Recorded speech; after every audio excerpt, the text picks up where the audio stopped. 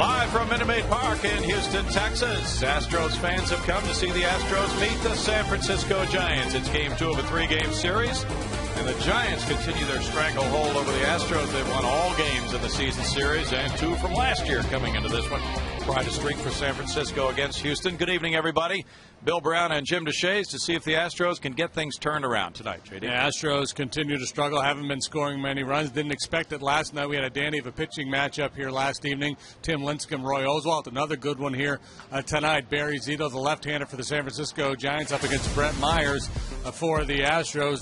Zito with the San Francisco Giants first couple of years did not do much for him. They gave him a whole bunch of money, but he has responded mid-season last year to this point has been very, very good. Brett Myers, a great acquisition for the Astros in the offseason. He's given the Astros 6 innings or more every time he's gotten to the bump so far this season. Coming up, the Astros try to mount some run support. They haven't homered in 6 games. Carlos Lee went deep in San Francisco, and the Astros also have not beaten the Giants in a while. We'll see if either of those things can happen in just a moment.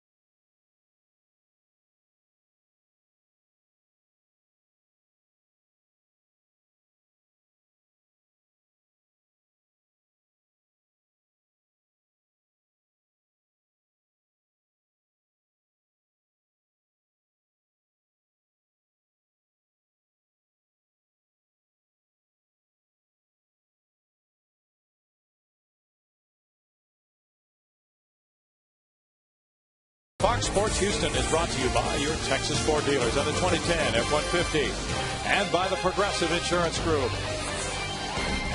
Another very warm, humid night outside, inside with the air conditioning on. Brett Myers warms up. Tonight's game is presented in HD by your local Lincoln Mercury dealers and the 2010 MKS. Technologically breathtaking. The Astros trying to stop a 5-game losing streak. The Giants have beaten them 9 straight times going back to the tail end of last season. And Brett Myers takes the baseball tonight. Meanwhile, the Giants at 39-30. Here's the batting order filled out by former Astro catcher Bruce Bochy. Brought to you by Capital One. It's Andres Torres at center field, Freddie Sanchez at second base. Aubrey Huff's the right fielder with Juan Uribe at third base. Pat Burrell plays left field. Pablo Sandoval's at first base. Edgar Renteria, the shortstop, batting seventh. Is followed by Benji Molina, the catcher, and Barry Zito, the pitcher. Brett Myers goes to work with Andres Torres leading it off. Swinging swinging at the first pitch and fouling it. He was 0 for 4 last night. And Brett Myers brought to you by Suzuki. Our scouting report on Myers, a 6-inning machine every time this year. He's gone at least 6 innings, 3-0 here in this ballpark, 1-5 on the road. Freddie Sanchez, a very good hitter, has had little success against Myers. 1-1 to Torres. Torres is having a fine season against the Astros with 6 hits and 18 at bats, including a homer. And overall, he's a .279 hitter with 3 home runs.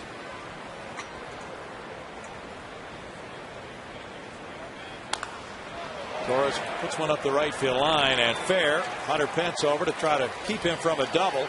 And the throw to second is offline. Another extra base hit for Torres against the Astros. In the series in San Francisco, he had 6 extra base hits in 3 games. And this is a team without a lot of speed, for the most part, station-to-station base runners. But Torres, one guy who can really make things happen with his legs, and he was so impressive in that series. And off to a good start here tonight with his leadoff double. 0 for 4 last night was Andres Torres. The Giants looking to draw first blood. First inning has been an issue for Brett Myers this year. He has an ERA over 6 in the first. Strike to Freddie Sanchez, who was thinking about pushing a bunt. 322, 1 homer, 17 runs batted in. Sanchez was out earlier this season when these two clubs played in those 2 series, coming back from left shoulder surgery. He lines it. Keppinger with the grab. Now we get an out call from Dan Isogna, the first base umpire. And that is out number 1. And Dale Scott, the crew chief, umping at second base. And I think the umpire's philosophy is if you don't see it, you can't call it. So he wasn't sure, so he made no call. And Isogna had to look from the first base side. Keppinger gloves that one. The runner holds at second for Aubrey Huff now. One of the most productive hitting Giants. Huff looks at ball 1. Aubrey, 33 years old. He's having a great time. 311, 12 homers, 37 runs batted in. Enjoying playing in the Bay Area. And he is 5th in the National League in on-base average at .401.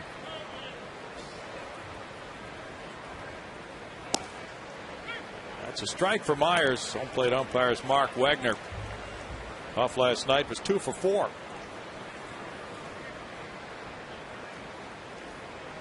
Giants a game and a half out of the lead in the NL West with the Padres in first.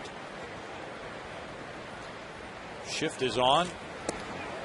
The Giants, their starting pitching is so good. That's what's carried them to this point in the season. But when and even though their offensive numbers overall aren't real good, when you look at their lineup now and the way it sets up with Burrell having joined the club and Huff swinging it as well as he has, Renteria back healthy, it looks like a lot better offensive club than we saw earlier this year. This fly ball heads for center field. Hunter Pence, Jason Bourgeois. Bourgeois in position. And he throws into third base. 2 outs. Bourgeois making his first appearance in an Astros uniform. And there's going to be some extra butterflies for Jason. He's been around. He's not a kid. He's 28 years old. And spent some time with the Brewers last year as a big leaguer. He's played for a handful of different organizations, but this is the first time he's been able to put that uniform on here in his hometown. Now it's Juan Uribe. Uribe last night 0 for 3 with a walk. He scored a run, 276 for the season. Glittering numbers, 11 homers, 43 driven in. He took over at shortstop when Renteria was hurt. Now playing third. This one gets by Jason Castro. And that should be a pass ball, getting Torres to third base.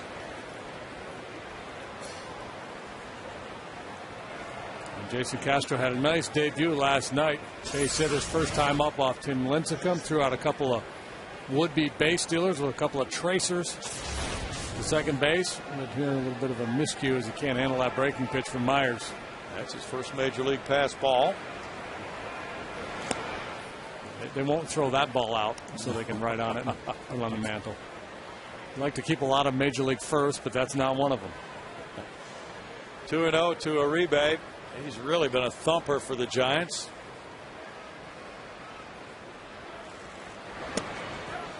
That's upstairs, and the appeal goes to first. They get a swing call from Isogna. It's 2-1 now. Yeah, it was a little swing, but it was a swing. He came all the way around. Watch the hands.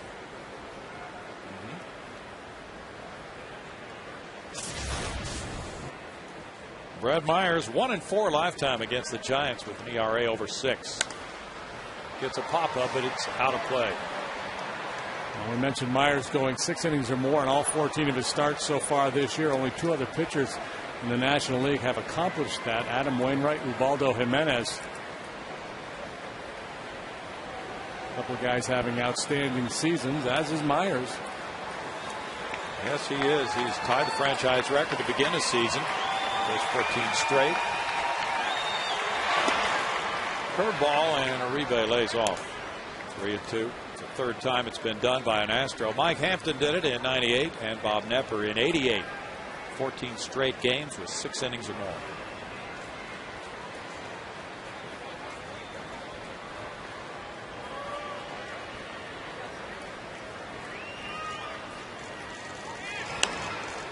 That's in the air, and Jason Castro comes back, but he won't have a play on it. Jason's family was here last night for the big debut, and he said they're going to be here for this 3-game series. Very exciting time for Mom, Dad, his girlfriend. He has an older brother. And Brad Mills was saying Jason gets here early, studies video to prepare for each game. Jason said the game didn't speed up too much on him last night. A little bit. Swing and a miss, and Myers makes a big pitch with a curveball to get Uribe, stranding a runner at third, and a scoreless top of the first.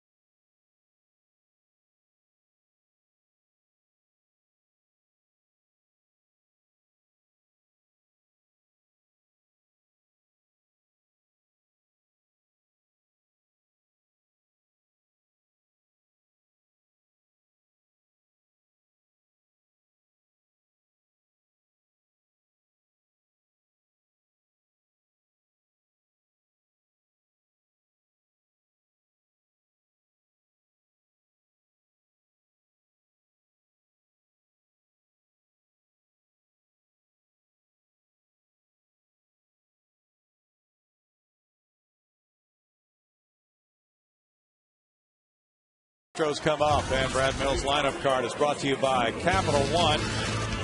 Jason Bourgeois is the leadoff man. He's in center field, followed by Jeff Kevinger at second base. Lance Berkman's the first baseman with Carlos Lee in left field. It's Hunter Pence in right, Chris Johnson at third. Jeff Blum is the shortstop, playing for the injured Tommy Manzella. Jason Castro is the catcher with Brett Myers on the mound. Suzuki scouting report on Barry Zito. Takes a look at a 32-year-old left-hander. 1-1, 358 so far here in the month of June. He's pitched twice against the Astros, picked up a couple of W's, pitched well both times. He has been remarkably durable. He's never been on the DL, never missed a start due to injury. Jason Bourgeois takes, and it's strike one to him. And his first plate appearance as an Astro. He's been in the big leagues with a couple of other clubs. 345 this season at Round Rock. 5 homers, 28 driven in. And on the big curve, it goes to no balls, 2 strikes. Now, Uncle Charlie will be in the house when Barry Zito is on his game. He'll pitch at the top of the zone with his fastball and then complement it with a good over-the-top curve. Line into center, and the young man from Forest Brook High School in Houston gets his first hit as an Astro. Now, Uncle Charlie just got hit right on the forehead. Comes back with that curveball, and Jason all over it. See, now to me, that's a ball worth saving. Yeah, I mean, not his first big league hit, but his first hit with his hometown team. I'd want that one. Yeah, had a hit for the White Sox in '08. He had some for Milwaukee last year. Now he's aboard for Jeff Keppinger. Bourgeois, good base stealer. He was 3 for 3 with the Brewers last season. Stole 36 at AAA Nashville last year. There's strike one to Keppinger. 280 for Jeff. 1 homer, 22 runs batted in. He lost his double playmate, Tommy Manzella, with a broken left index finger, which was injured in the 6th inning of last night's game on a hit by Benji Molina.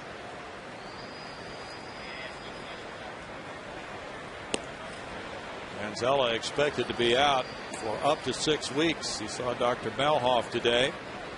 He said the fracture was near the tip of the left index finger, and that knuckle, it's the highest up on the finger. Oh, it was that play. I thought it was the play that he dove and rolled over on, but it was that line drive that went off his glove. No, it was the one you're thinking about. The one he rolled over on. Yeah. Okay. Yeah, that was the one in the 6th inning, and then the line drive in the 9th inning. He didn't catch that, but probably because he was that ball was smoked. I mean, that's the one the play that when he rolled over on, I thought maybe a wrist. Well, and I was a little bit surprised to find out that he'd broken a finger. Right, his finger was outside the glove, and it got bent back, and then his full body weight came on top of it, so that was the problem. Yeah, that's a tough break, literally and figuratively. Well, Tommy wants to beat that 6 months estimate. 6 weeks. 6 weeks. Yeah, 6 weeks. And his finger's in a splint. Can't do much for the moment, but hopefully he'll be out of that splint. It's a non-displaced fracture, so that's a little bit quicker to heal sometimes. Runner going, and the throw from Molina is not in time. Oh, they call him out for oversliding the base. Sanchez kept the tag on Bourgeois, and he's out. He was safe, but then he overslid the bag. Yeah, a big part of his game. He had 18 steals down at Round Rock, was caught 6 times. Molina does not throw particularly well. He goes on first move, gets a nice jump, head first slide, and just goes beyond the bag. All not handled initially by Sanchez, but he stays with the play and gets Jason as he's diving back to get the base. There's the look at it there. Good play by Sanchez, sticking with it. And good call. Yep. And came off. So caught stealing from 2 to 4. And Keppinger puts one in the air to center field. Torres backing. Still now turning for out number 2. Now, since the second base umpire initially ruled safe and then out, couldn't you give him a stolen base first, or they just treat it all as one play? They treat it as one play because he overslid the bag. He never really had possession of the bag. So it's caught stealing. A little technical, but that's the way it's treated. Because, as you're saying, it's called safe first. Lance Berkman, 239 with 6 homers, 29 runs batted in, and Tommy Manzella said Dr. Lance diagnosed his injury during the ball game last night. Said you need to have that looked at afterwards. Lance had a hit and a walk, and Tommy was thinking, well, maybe sprain or something like that. Then he got up this morning and it was still swollen. 2 balls, no strikes, and it's a tough blow. A rookie player, and it takes a while before you settle in at the big league level. He's starting to get comfortable, and then boom. Yeah, that's exactly what he said too. Popped up, back out of play. 2 balls, 1 strike to Lance Berkman from Barry Zito. As JD mentioned, he's beaten the Astros twice this year already. He's 3-1 lifetime against Houston, and it's a much better version of Barry Zito than the last couple of years. He admitted he was pressing because of the big contract, 7-year deal.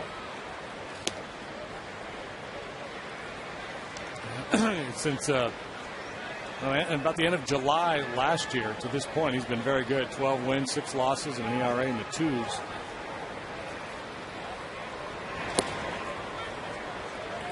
Not a real hard thrower, but because of that big slow curve and a very good changeup, he works effectively with his fastball. His battery mate Molina says the main difference he sees that Zito is hitting spots with the inside fastball. There's a liner to left field, down the line for Berkman, and the fan reaches over and interferes with it. Not quite enough to reach the seats, but it's being ruled a double on the fan interference. Berkman credited with his 12th double of the year. Again, the Astros getting a good swing at the Zito breaking ball that Bourgeois hit, and Lance almost knocks it out of the ballpark.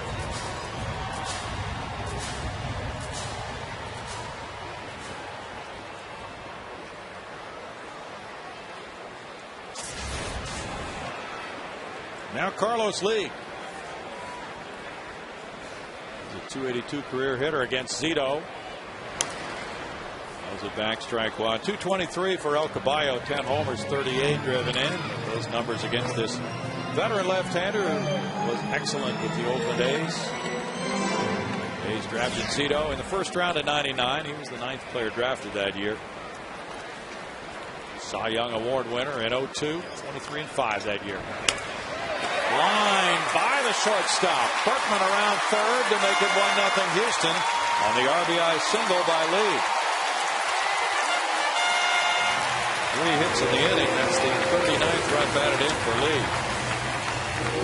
The Giants had the leadoff double, couldn't do anything with it. The Astros, after 2 outs, go double single. And you were having that chat with Brad Mills the other day, how he feels like his club has been plagued so many times this year, 2 outs, nobody on, and it's blown up on them. The Astros able to put one across here after 2 outs. Workman the double, then Lee following up. Now Hunter Pence tries to build on what they've done. 268 for Hunter, 10 homers, 31 driven in. He was 1 for 4 last night. As Johnson's on deck.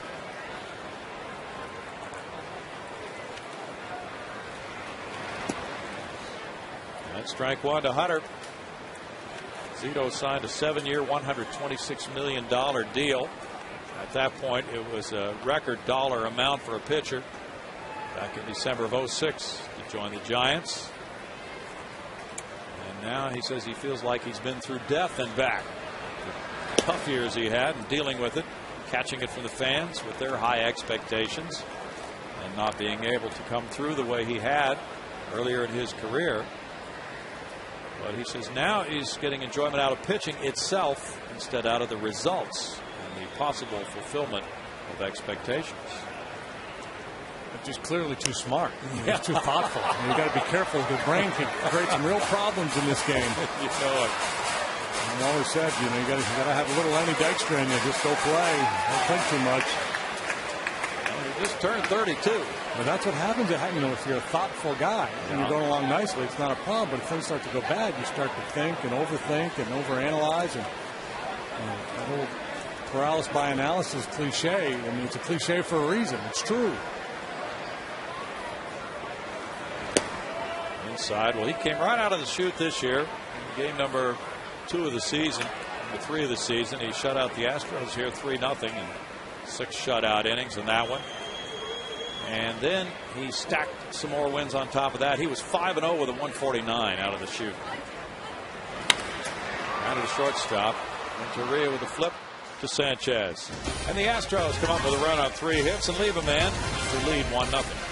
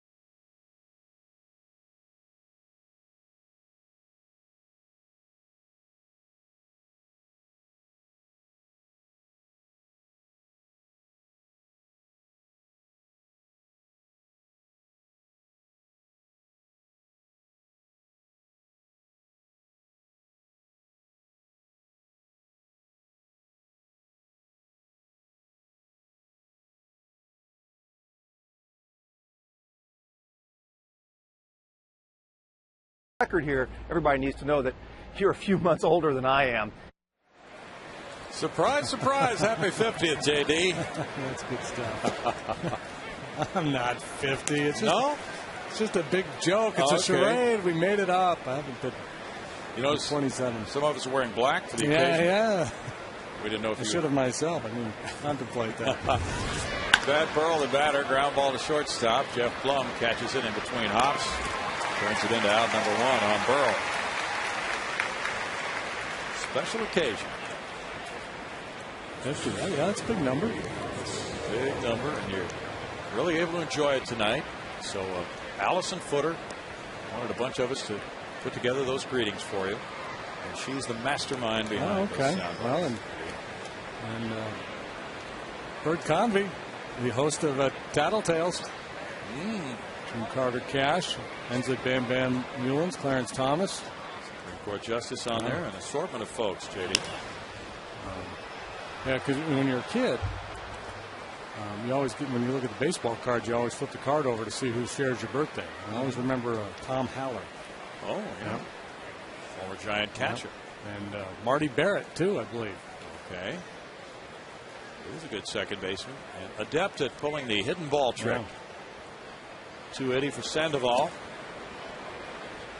And it's a 1-ball, 1-strike count. Sandoval is a .435 career hitter against Houston. Brett Myers has really been steady this year. Not necessarily inning by inning, but 3.34 ERA. Steady. Boy, and a hard luck loser last time out. He pitched so well. Took a shutout into the 7th inning in Kansas City. And things kind of unraveled on him, even though he didn't make bad pitches. Kind of a weak little infield hit. And Scott Pacetta get a 3-run homer. Yeah, Wilson Benjamin had that infield hit. And Betancourt knocked in a run with a hit. Then the Pasetnik home run, and it was a 4-run frame. Panda really turned on that.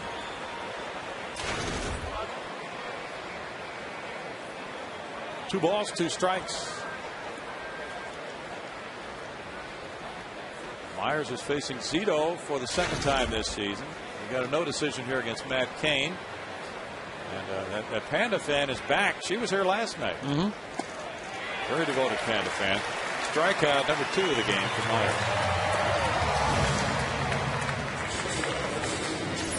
I didn't know pandas were meat eaters. She was getting ready to chomp into a big Dagwood there. Those pandas will fool you every now and then. She went off the diet tonight for the special occasion of JD's 50th. 2 outs, and it's Edgar Renteria. Renteria's been out with 2 different injuries, and then Uribe has been so solid at shortstop, now playing third base tonight again, that Renteria's lost some playing time. 326, 1 homer, 11 runs batted in. But Uribe's the guy Bruce Bochy wants in there at some position every day right now. 0-2. Renteria played last night because he had good numbers against Roy Oswalt, 310 lifetime. And again tonight, 405 lifetime against Myers with 2 homers. Buster Posey, who's been playing a lot of first base, has been on the bench last night and tonight so far. Out toward left center field. And that's a gapper. Picked up in left center by Bourgeois, and it's a double for Renteria. Second double for the Giants tonight. Well, we mentioned Torres, who led out the game with a double. The success he's had against the Astros this year. Renteria as well. That opening series here, Edgar went crazy, including a 5-hit game. And we talked about the lineup, the Giants running out there now versus when we saw them earlier. And probably the greatest example of that is the fact that Benji Molina is now in the 8 hole. I think he was hitting cleanup when we saw them earlier in the year. Good point. Molina had 2 hits opening day in this ballpark. And Molina comes up now trying for a 2-out knock, hitting .263, 3 homers, 17 runs batted in. He is 4 for 10 against Brett Myers. And some indecision here, not sure what's going on. It looks like they want to try to put him on, or they're going to put him on.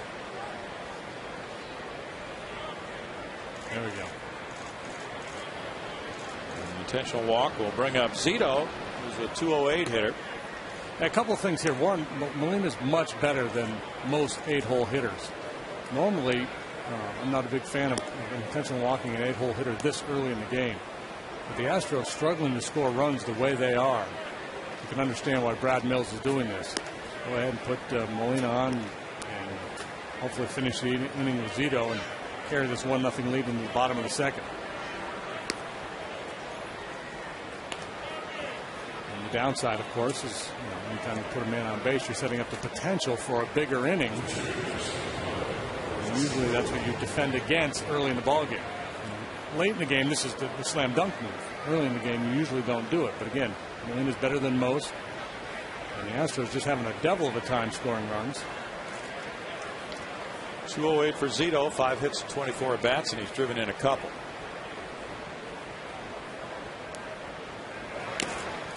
Zito fouls it for strike one. Matt Cain goes tomorrow for the Giants. There's that same triumvirate that pitched to open the season here. And the Giants' 3-game sweep of the Astros. Zito's a 115 career hitter, so has improved so far this year substantially over that average. Now Castro after the mound. Brad Mills said Castro gets here early. He studies some video. He talks with that night's starting pitcher. He might compare some notes with Humberto Quintero.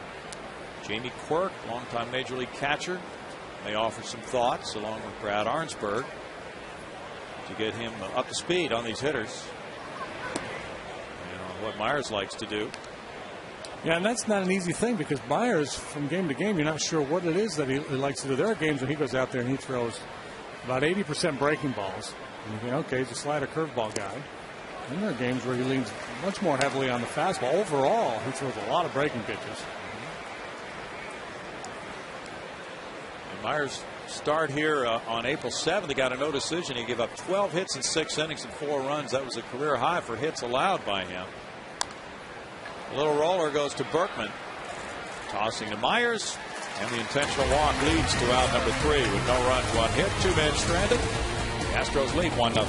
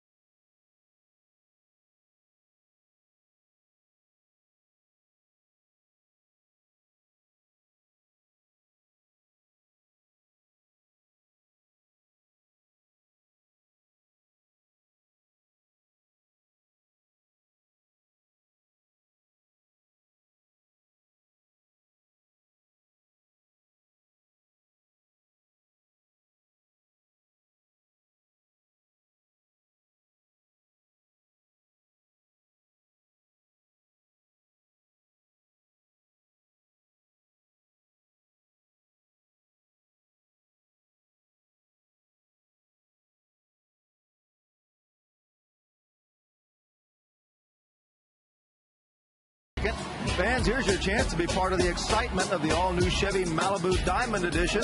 For your chance to sit in a suite for an upcoming Astros game courtesy of your Houston area Chevy dealers, log on to foxsportshouston.com and click on the Chevy Malibu Suite Night giveaway link. Fun way to come out to a game and watch in style, Brownie. Oh, absolutely. There's a guy who's stylish tonight with all kinds of logos plastered all over himself. Wow, he's got the cap and the jersey. about every major league club represented there. Yeah, it reminds me when I was a kid, we used to have iron-ons. Remember iron-ons? Yeah. I had a sweatshirt, and I had every team logo ironed onto my sweatshirt. That fellow is what you might call a generic Major League Baseball fan. He doesn't seem to have allegiance to any one team. He's got them all on there.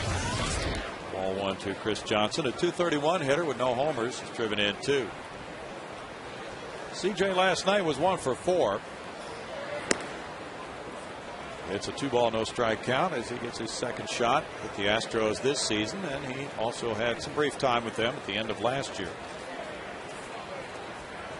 He's hitting .329 for Round Rock. Zito delivers a strike. 2-1. Zito in his first 3 years with the Giants was 31-43 with a 4.56 ERA. So this year he has really produced to the tune of 7-3 with a 3.13.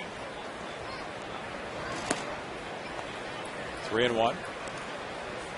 And he said that he was too results oriented, and he was trying to control things he couldn't control, like what the batter would do. Up the right field line, and this could be in for a hit, and it is. Johnson will get back to first ahead of that throw from Aubrey Huff on a looping single, hit number 4 for the Astros. That's a great example of what you're talking about right there. You jam a guy, you get a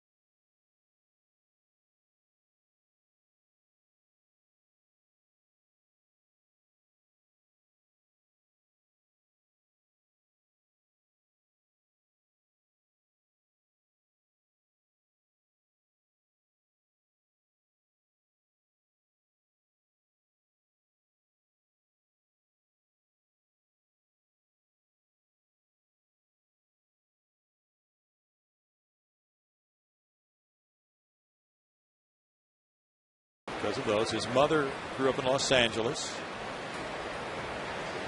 and they were both here last night for that special moment of his first game. I read somewhere his dad's a firefighter. And his brother, his older brother, is in training now to become a firefighter also. And ball, 1 strike.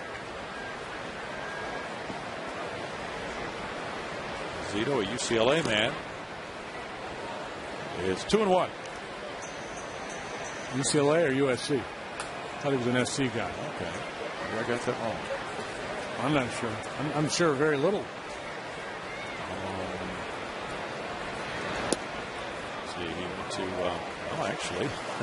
Both wrong. He went to USC, but he went to UC Santa Barbara and Pierce Junior College, so he really bounced around a lot. You're right. 3-1 now. And it's ball 4. Castro taking the 2-out walk. Another 2-out situation here. And Brett Myers would love to play into some 2-out run scoring. He has 1 hit in 26 at bats. You know, we see it a lot with a left-hander on the mound when you face a lineup that's loaded with mostly righties, and you get into that comfort zone, and then you face some lefties, and they become a little more problematic.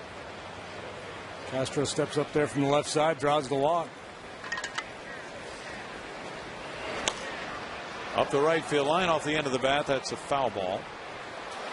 And caught by the fan. Good grab there by that youngster. Yeah. Great concentration, full extension. I like the nice humble response too. Like he's been there before. He makes plays all the time. He probably made a couple good plays today. He took it away from the girl with the orange shirt. Yeah, look at that look. Look at she's frustrated. Yeah, shaking her head. Yeah, Mr. Bring Your Glove to the ballpark. Chivalry is dead. Line drive left field. That's in for a hit. And Myers keeps the line moving here in the Astros' second inning with his second hit of the year. That's 5 hits for the Astros off Zito. Zito had only allowed 77 hits in 95 innings for a .226 batting average before tonight. That was hitting .038 prior to that swing of the bat.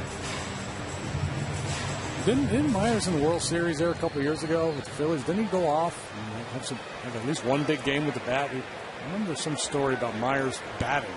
We're going to have to check it. Jason Bourgeois singled on an 0-2 curveball this time up. He looks at ball one. And he and Michael Bourne grew up playing Little League together. They were teammates. Often he would get a ride from Michael's parents to the games. His father, John Bourgeois, used to work in the ticket office at the Astrodome. So it was no problem for Jason to attend a Major League Baseball game back in those days. Now, he had been on the 40-man roster, but then he was designated for assignment when the Astros signed Brad Myers. But now he certainly worked his way back on there.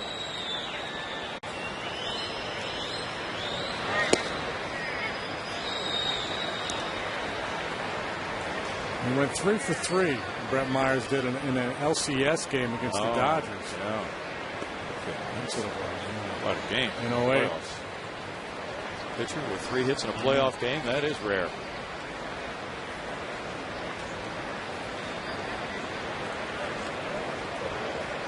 Brad Mills explained that Bourgeois being a right-handed batter and Bourne left, this was a good opportunity to get Jason into this game against the lefty Zito.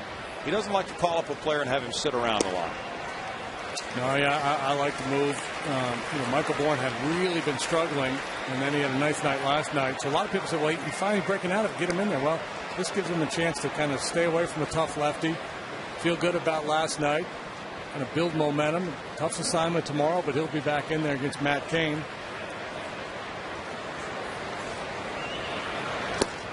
Bourgeois takes a walk to load the bases for Keppinger. That's the second walk for Zito.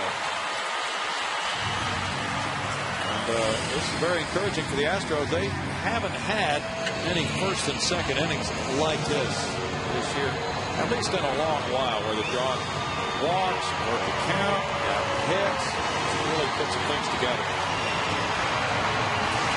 Conference at the mound now. Andy Molina and Barry Zito going over the game plan, how they want to try to get Keppinger. And last night, the starting pitching was so good last night. Lincecum and Oswalt dueling for most of the night. But the best opportunity for either club early was the Astros in the third. Had the bases loaded. And Lance had a pull it up the middle. It turned into a double play off of Lincecum's glove. Bases loaded for Keppinger. He has been good in his career in these situations. .485. 2 for 6 this year. And takes strike one.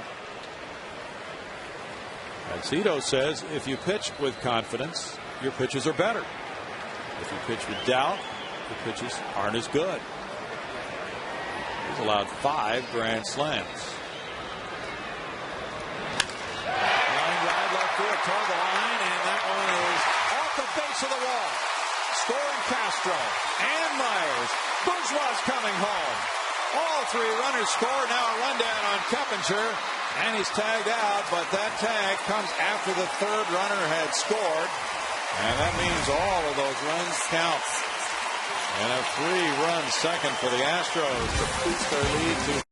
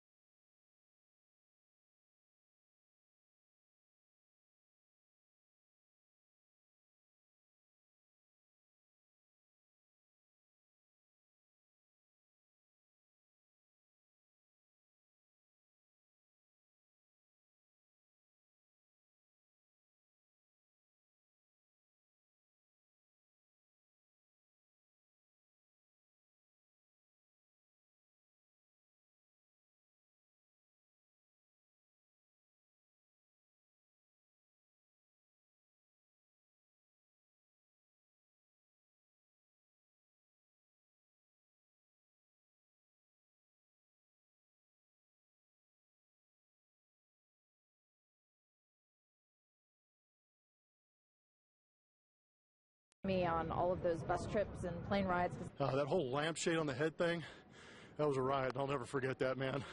But I did think that crying on my shoulder was a little bit much. When you laid your head on my shoulder and fell asleep and drooled all over me, it's pretty gross. Don't do that anymore. Happy birthday. Allison Footer was, in fact, the architect of these sound bites and this whole JD's 50th birthday celebration tonight. And what a good time, JD, to celebrate. 4-0 ball game, Astros. Yeah, how about that? Let's get a win. We have fully behind that program. We're going to have a special visit coming up in this half inning. Oh my goodness! Yeah, your friends have really been doing some planning on this evening.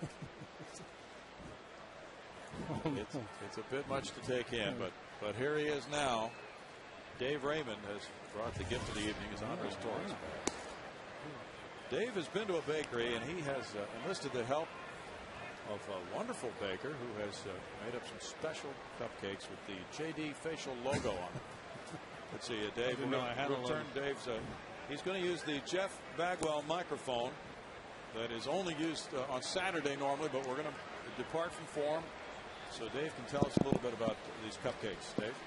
Well, JD, I was getting my kids some cupcakes, and this is up in the Woodlands where you live. And I knew you were big, man, but this was incredible. They JD cakes, huh? Look at it. They got them. They got a chocolate JD. Yeah, I don't think you get a tight enough shot. There's a little guy there with a goatee and glasses on. And, they had the one with sprinkles, a JD sprinkles. Wow. With a little goatee and your eyeglasses. Beautiful, man. I told him, I said, I want them all. Give me every one. How much did this set you back anyway? So I said I want all of them. I'm verklempt. I don't know what to say. I'm just overwhelmed by all this. Yeah. So you should know, JD, that at Frost Bake Shop in the Woodlands, they are currently. Let's see if we can get another shot here. Oh, so it didn't set you back anything? No. Okay. They are celebrating. There we go. Yeah. There you go. They're celebrating JD's birthday. 50 years of mediocrity being celebrated at the Frosty's Bake Shop. Yeah. They love you. Yeah, that's well done. They're very talented there. They should have a show on the Food Network. Dave and Allison have been sort of cooking this evening up for now, when did you realize it was actually going to be his birthday? A couple weeks ago? Allison brought it up. Okay. Yeah, she brought it up about a week ago. We were on that last road trip. We figured we had to do something. 50 years. I mean, good Lord Almighty. Wow. I mean, we may not get to do this a whole lot more with him, right? Just think, Dave, he was born 2 years before this franchise started. Never played a game. That puts it in. That does put it into perspective. Did you notice John Miller was wearing all black today? I noticed that. Yeah, you got the opposition to go to work too. Look at the umpires; they're even wearing black. And of course, Dave came through. So some of us did follow that edict; others forgot. Yeah, yeah. Brownie says, it makes sense to wear all black. It's his 50th. I said, I'm on board. I got as many people as I could, but none of them followed through, Brownie. Oh, well, the cupcakes are great. I wasn't too wistful about all this until just now. Now I'm starting to think, man, I really am old. You are.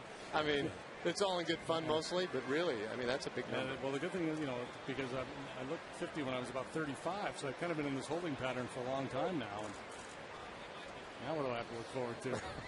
It's just a good thing you're not working for Marge Schott, because she'd be wanting those cupcakes to be returned to the bakery. Whatever doesn't get eaten is going back. Oh, well. It's a fun evening, Dave. Thanks for I can't thank you enough. This is very nice. I appreciate all the Jim Diaz had a cake in the press lounge. Everybody's all over. Yeah. It was big. They were singing. Anyway, you boys have a good ball game. Thanks. Hey, happy Thank you birthday, so much. partner. Thanks, guys. Have fun in here. You. Thanks, Allison. Thanks, Gene.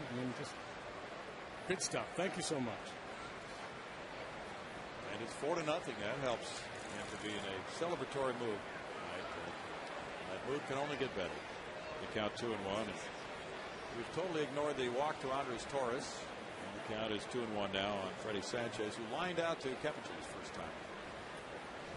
You're not going to eat those, are you? We're going to throw these out to the fans during the 7th inning stretch. Oh, that's a great idea. Let's see what kind of hands they have.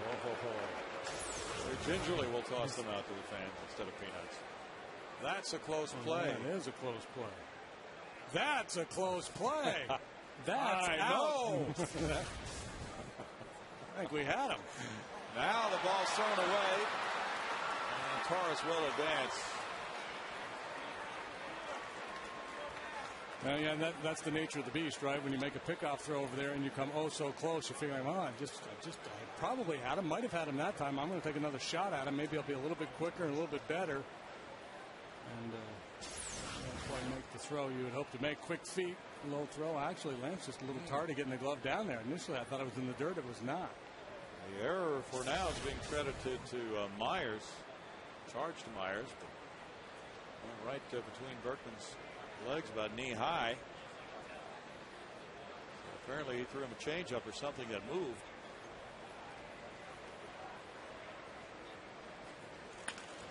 And now gets in on the hands of Sanchez, who fouls it for a 2-2 count. Greg Lucas has something for us. Greg? Well, first of all, I'm amazed that this is only your 50th birthday, because I remember calling a Ranger Twin game in '94 when you gave up 8 hits, 5 runs in 3 innings, 3 homers, and I thought sure you had to be at least 50 then. But we're live chatting tonight, and a lot of people are listening to all this. And by the way, you can join the live chat. Just go to the website and be part of the party. A lot of people wishing you a happy 50th. A lot of people want a bobblehead of you. They say it would be cheap to make because they wouldn't have to paint on any hair. Pile on, folks. So everybody's got something for you, JD. Happy birthday. Thanks, Luke. Jeff Keppinger, this time short hops that ball hit by Sanchez, similar to the bat he had in the first inning, but this one bounced and Keppinger got the out on Sanchez. And chat with Greg. Go ahead and pile on all you want. Yeah, in '94 I wasn't 50, but my fastball was. We got a note, by the way, last night. Don Quing, Fredericksburg, had a birthday last night. We didn't get that note until this morning. So you almost share a birthday with him. And 80-year-old Dorothy Hogan of Huffman is watching tonight on your birthday. Well, Dorothy, that's a birthday worth celebrating. Yeah. And the gentleman that we had here last night, the former Marine at the age of 96. Oh, that's a worthy goal. The veteran of Iwo Jima. Infielder shifted around on Huff. That's the way they've been playing him. And he pulls it into that shift. Keppinger fields it in right field and throws to Berkman. Torres to third. 2 outs. And Myers had that same situation in the first inning, and he got Uribe. So much fun when you put a shift down like this and the hitter hits right into it. Everybody feels smarter.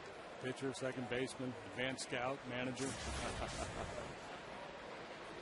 Uribe struck out on a sweeping 3-2 curveball, stranding Torres at third base in the first inning. And he goes for another big hook. There's strike one. The Giants are not really geared as a big type of come from behind team because they're 12th in runs scored and they're 10th in homers in the National League. They can certainly do it. 0-2. The Astros, as they try to snap this 5-game losing streak, have had a lot of positives so far in building this 4-0 lead. We'll get another one if Myers can get this out. Strand another runner.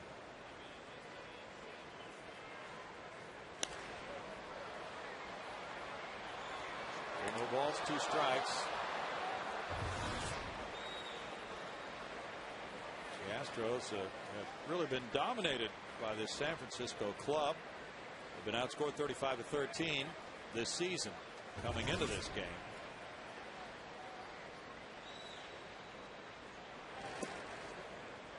He takes it and it's 1-2. I figure it's about time for the law of averages to swing into play for the Astros. After this Giants club has done so well, and especially here in this ballpark, the Giants are 27-12 at Minute Maid Park.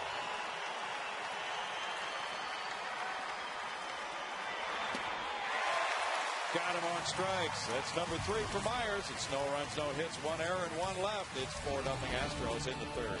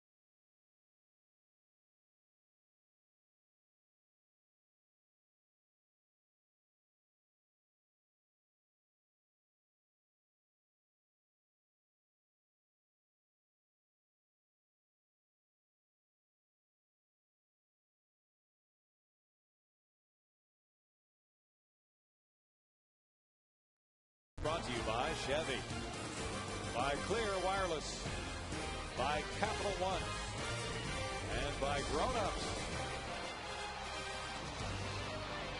A look at NASA, south of Houston, and certainly a great destination for people visiting this city, this space city, this summer. 4-0, the Astros lead the Giants, and Barry Zito. Ball 1 to nope. Make it strike 1 to Lance Berkman. He doubled to left in the first inning. And there's the broken left index finger of Tommy Manzella. Supposed to be out for 6 weeks. Osvaldo Navarro is headed for Houston if he's not here already. He's been called up from Round Rock to replace Manzella on the roster. Navarro was with the Astros before. It says in the release he will be available for tonight's game, so it doesn't take long to get here, does it? Well, once again, one man's misfortune, another man's opportunity. Navarro will probably get some chances out there at shortstop. He's at 298 at Round Rock with 4 homers, 26 runs batted in. Berkman's jammed on that one. He fouls it back over the screen, and Navarro had a 400 on base average. By the way, Kevin Cash Casey Daigle and Corey Sullivan were all designated for assignment yesterday, and each has cleared waivers. Cash and Daigle are headed back to Round Rock. Sullivan has taken free agency. Jexa Energy pitch tracker, and Barry Zito just threw a fastball right down the middle, but it was interesting to look at those pitches to see how he was working him soft away and then the fastball up and doing a nice job going soft away with the breaking ball, then the changeup, the one down in the corner there. Number 3 was a dandy of a changeup, then the fastball up and in for number 4, and then a heater right down the middle. Another jam shot. So a lot of times you'll hear hitters say, you know, in any at bat, you get one pitch to hit, and whether you do anything with that pitch or not will be the story of that at bat. It's not always the case, but it's a pretty good example of it so far here. As you look at that spray pattern of those pitches, down and away, up and in, and then one over the fat part of the plate. Borkman hits this in the air to Andres Torres in center field. Zito's already thrown 48 pitches in this game. One out into the 3rd inning, and it's Carlos Lee coming up next. Lee had the RBI single to center in the 1st. The Giants have a series with Lincecum, Zito, and Kane pitching. Their record is 13-3 in those games. And it'll be Kane tomorrow, and he has the 4th best ERA in the National League. Ball 1. So that's the finale of this homestand for the Astros. It's a day game tomorrow. Wandy Rodriguez pitching for Houston. He's 3-10 with a 6.09 ERA. And then maybe last year the story with the Giants might have been Lincecum and Kane and Pray for Rain playing on the old Spawn and Johnny Sane home, but not so much anymore. Not with Zito stepping up the way he has. Wandy really in need of a big game tomorrow.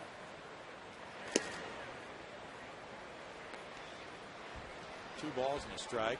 Bud Norris did well in his 3rd rehab assignment for AAA Round Rock. He is not on the roster yet, but he probably will be in a few days. Rip foul. And Brad Mills said he will go into the rotation. That'll be his next outing in the Astros rotation. But he said we need a few more days to work with our situation in that rotation before we're ready to announce that.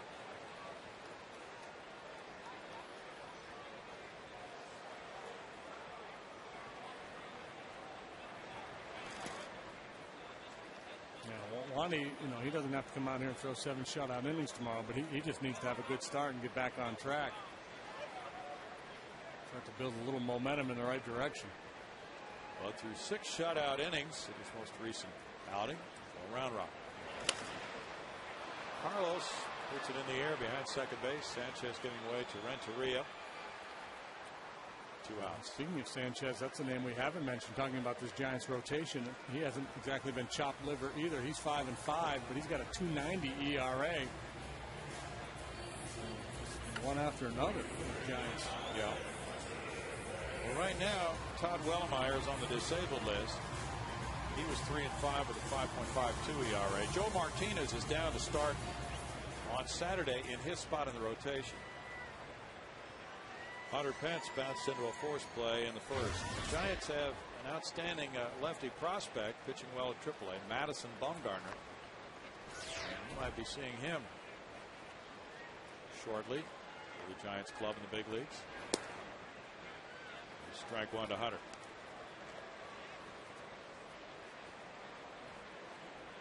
Did you know the Astros are 7-0 on Wednesdays?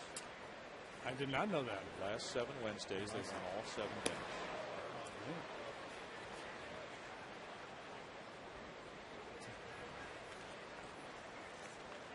It's because we do viewer mail on Wednesdays. Yeah. Greg does the live chat. A lot of stuff going on with this Wednesday thing tonight. Yeah, the viewer mail and your birthday and the 7 straight Wednesday wins. Go out and buy a Powerball. The Astros overall 8-3 on Wednesdays this year. They've got a good Wednesday club. I don't know why that is. Somebody will come up with a reason. They do. They're lying. They're making it up. It's 2 balls, 2 strikes. Barry Zito. Zito won 3-0 and 4-3 against the Astros earlier this year.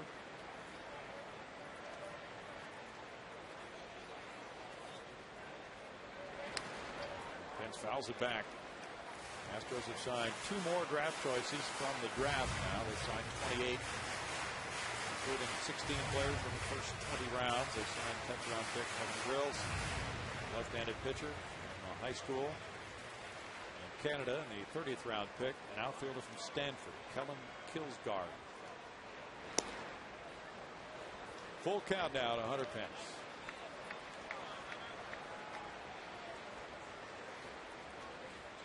.61 pitches for Zito.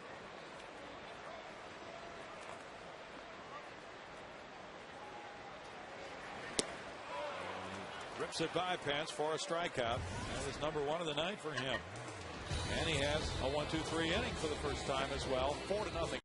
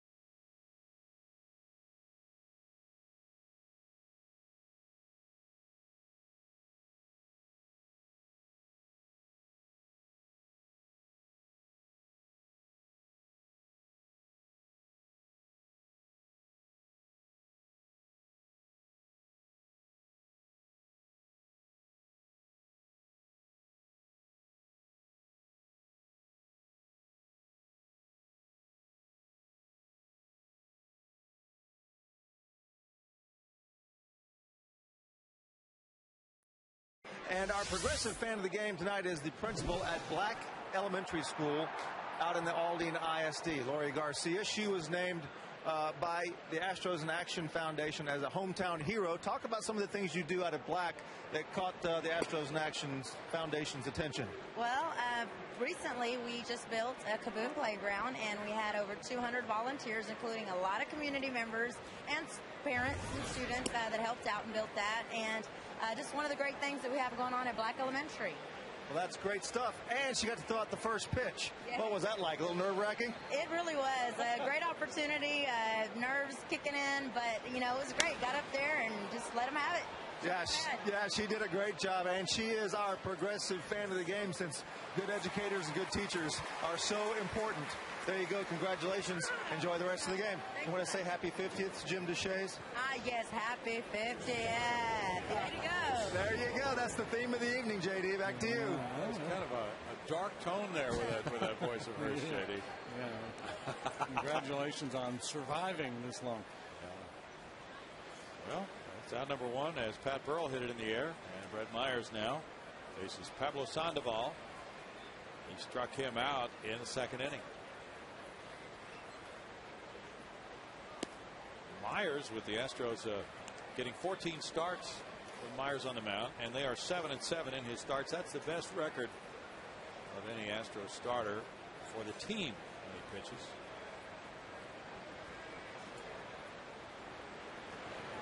Yeah, that number may be more important than the pitcher's 1-loss record. You know, how the team fares when he's that day's starting pitcher. Might be. Sometimes whether he gets the win or loss, no decision is out of his control. He's shooting for win number 5. Roy Oswalt has 5. Brandon Lyon has 5 in relief. Line foul. 2 balls, 1 strike. The Astros are taking you back to the 80s, JD, on Saturday, July 24th. You'll like this one. It's throwback night. The Reds are in town. 6:05 start. The Astros will wear your favorite jersey, the shoulder rainbow jersey. And outfield deck and view deck 2 tickets will be specially priced at $5. Visit Astros.com for tickets. Was that really your favorite jersey, or am I making that up? What was your favorite? Well, we actually, in '86, we wore the full-blown rainbow. That was the last year of the rainbow. That's right. And we won. So I guess that has to be my favorite. It wasn't necessarily in a real attractive jersey. No. It worked. In the air to left field, Carlos Lee.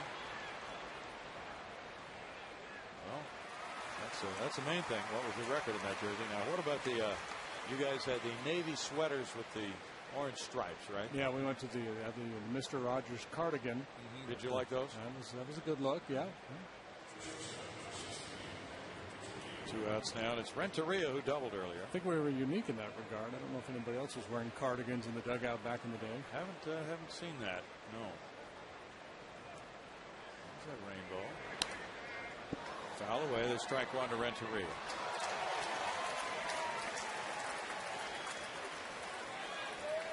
Cincinnati won 3-0 at Oakland today. Those are very popular, those old rainbows. Oh, yeah. We see those all over the country. That's a little different version he has on there. 2 hopper to third. Chris Johnson. In the 4th, it goes quickly for Brett Myers. He leads it 4-0.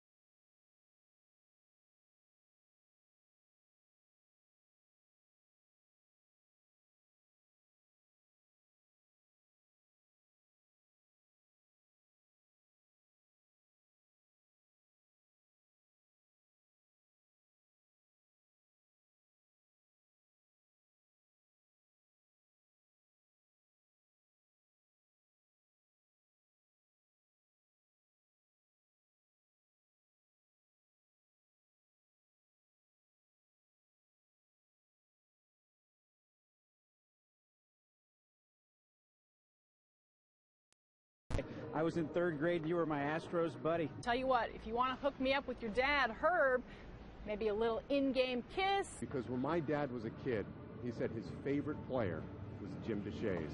Pretty special stuff. Happy birthday, man. That is nasty.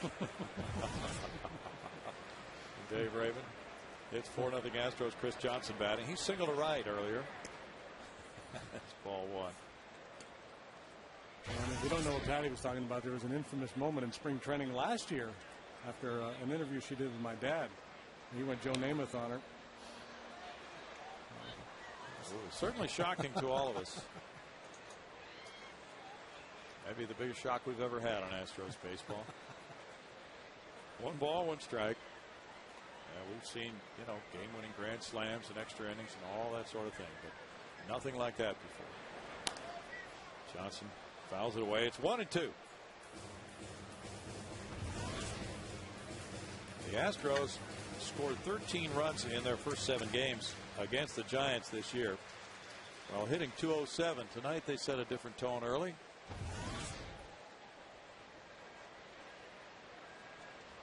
Jeff Blum's on deck. On the curve, it gets away from Molina with Johnson striking out and reaching. Molina's unable to track it down to throw him out. So it's a strikeout, but the Astros have a base runner. Strikeout and likely a wild pitch there. Curveball in the dirt. Well, this is what Brad Mills was talking about a while back when Humberto Quintero got called for the catcher's interference, although it appeared to be a phantom catcher's interference in Kansas City. But Brad talked about how catchers sometimes will cheat forward on a breaking ball so they don't have to deal with such a big hop when the ball's in the dirt. If you get a little bit closer to it, a short hop, they much easier to knock down. But that curveball out just on the plate, just in front of the plate, or just in that back corner, can take that big bounce. It's tough to control. Jeff Blum looks at ball 1. He bounced into a double play in the second inning. So strikeout and wild pitch for Zito, and that's the second strikeout for him. The Astros leading 4-0 have out hit the Giants 6-2. Johnson really hustled as he realized that ball had eluded Molina. Got out of the box well.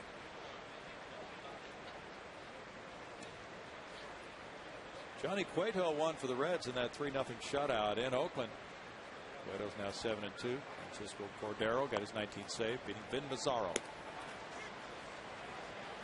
Yeah, and apparently Edinson Volquez not too far from returning to the major leagues to help bolster that Reds rotation as well. They're in pretty good shape going forward if they get Volquez back and contemplating calling up the left-handed fireballer Chapman, the Cuban who's in the minor leagues, may come and join the bullpen. Upstairs to Blum, it's 2-1. The word today was that Mike Leake is going to skip a start, and they're just trying to manage his innings in Cincinnati and not put too many innings on him too early in the season. But the Reds with that win now 40-33, and they began the day 1 game behind St. Louis. St. Louis and Toronto scoreless through 8 in Toronto. 3-1. The Giants just came from Toronto where they lost 2 of 3.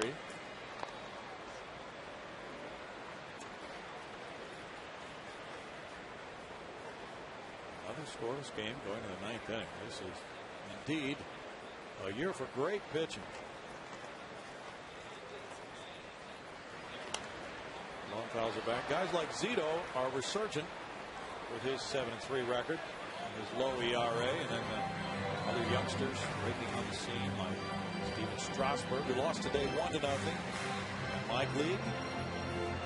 You've got guys who've just been around a few years but seem to be getting better, like Ubaldo Jimenez and Josh Johnson, and it's been an interesting situation to watch all year. Yeah, a lot of young pitchers just hitting their stride. All those guys out in San Diego. The throw is high, and Chris Johnson steals it on the strikeout by Blum. First steal for Johnson. Third strikeout for Zito. And Johnson goes on first move. Looks like an off-speed pitch.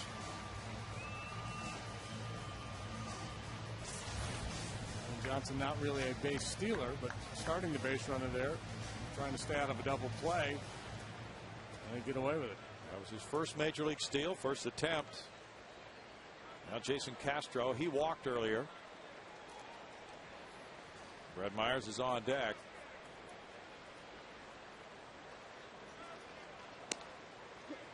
That is strike 1 to Castro. It's Chris Carpenter in that game against the Blue Jays tonight. 8 shutout innings for Carpenter. Ricky Romero pitched 8 shutout innings for Toronto. He's given way to Kevin Gregg. Carpenter still in the ball game for the Cardinals.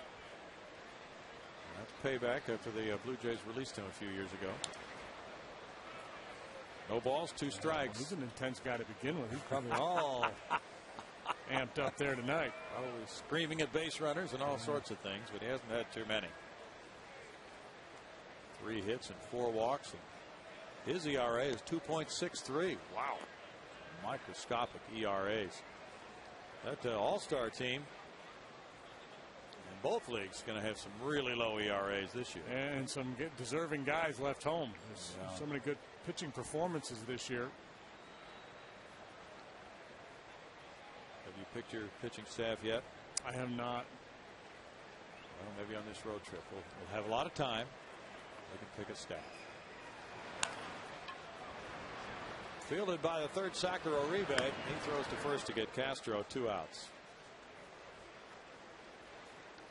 And Brett Myers will come up with Johnson at second. Well, he was a big key to that 3-run second inning. 2 out, nobody on. Castro walks. Myers gets a base hit to the left. Jason Bourgeois walks. Keppinger hits a 3-run double. Talk about Myers' hitting prowess in the postseason. He had 3 hits, 3 RBIs in that game back in 2008, that LCS game. First pitcher to do that since 1919. Whoa. That's Boots doing some hard research over there for us. Brett Myers singled and scored in that 4-run second. Now he gets his second hit of the night. Johnson's coming home. Throw to the plate. Not in time, and it's 5-0. On the RBI single by Myers. His first run batted in, and he's 2 for 2 in this game. Outfield play is going to be an issue for the Giants. In the corners, they do not have a lot of speed. Good defensively, and they've got a big ballpark to cover here. Burrell charges the ball, can't handle it. And by that time, Johnson able to come home safely. Likely would have anyway. Moving with the swing with 2 outs, but if he comes in, fields it cleanly, they got a shot at him anyway. 2 hits from Myers. Well, Jason Bourgeois, he's been on both times. Strike 1 to Jason, who has spent parts of 10 seasons in the minor leagues. So he's been around long enough to figure things out as far as what his role is, what's expected of him, what he can do to enhance his value to a major league team. 1-1. He probably will be an occasional outfield starter, and then he can be a pinch hitter and a pinch runner. Started his career as a middle infielder. Played a lot of second base and shortstop. Yeah, I was asking him last night about second base, and he said, I haven't played there in 4 years. 1-2. Well, you know he'd be willing to, certainly. Oh, yeah. Willing to drive the bus for you, probably, if you met a big league job. Remember that 1 year in spring training, Russ Johnson repaired the bus when it was broken down. Yeah. 5-tool player. In the whole box. 2 balls, 2 strikes. I think it was Plant City. The bus just broke down, and Russ fixed it. They got back.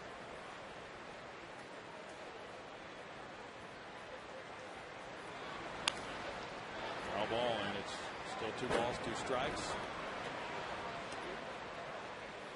Jason Bourgeois was a second-round pick of the Rangers in 2000. Then Atlanta claimed him on waivers 5 years later. Seattle picked him up in the Rule 5 draft. Moved along through free agency to the White Sox, Milwaukee, and then this club. It's a full count. He has really done a nice job tonight at the plate with a single on the 0-2 pitch, a walk, and now working to count full. And with Denny Bautista in the bullpen, Zito's spot comes up second in the 5th inning. He's close. Myers going, and it's strike 3, so Zito does finish the 4th inning. And he threw 21 pitches in that inning. He threw at least 20 in each of the first 4, and he trails 5-0.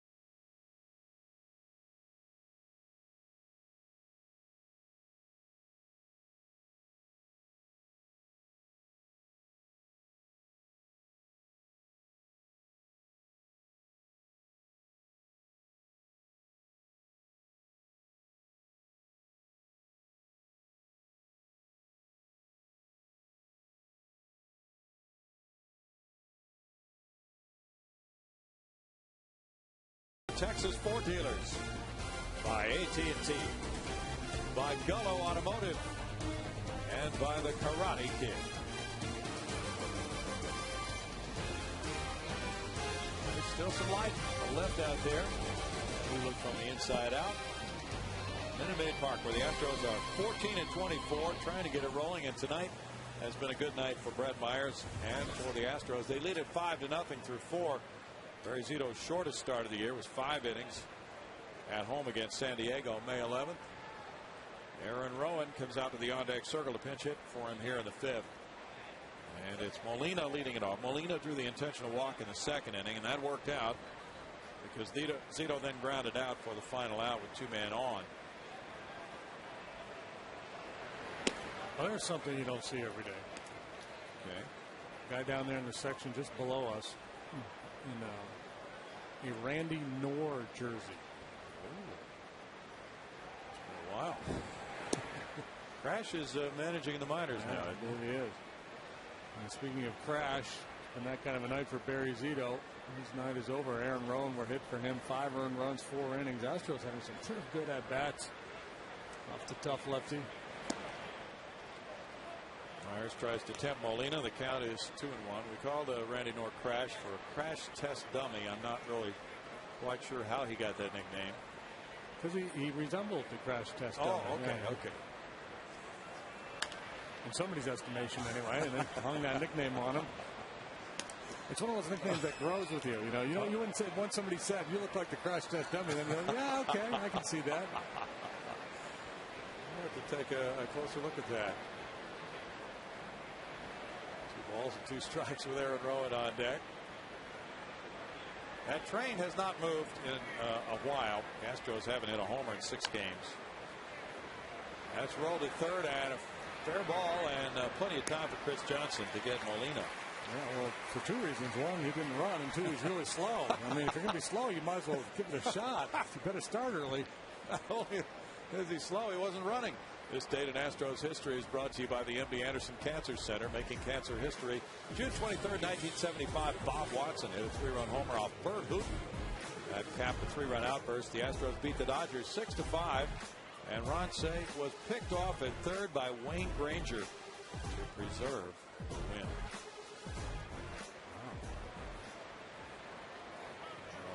Probably wouldn't want to face Tommy Lasorda after being picked off third. Aaron Rowan is a pinch hitter now for Barry Zito. Rowan takes, and there is strike 1. Rowan has a .220 average, 196 in his career as a pinch hitter. Barry Zito's shortest start of the night ends after 4 innings, of the year rather, ends after 4 innings. Allows 7 hits, 5 runs. He walked 2 and he fanned 4.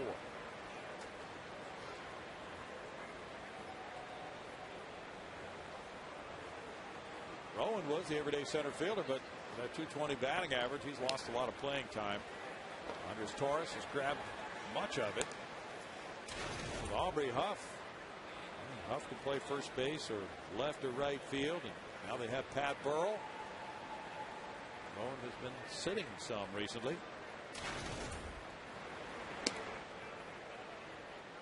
It's 1-2.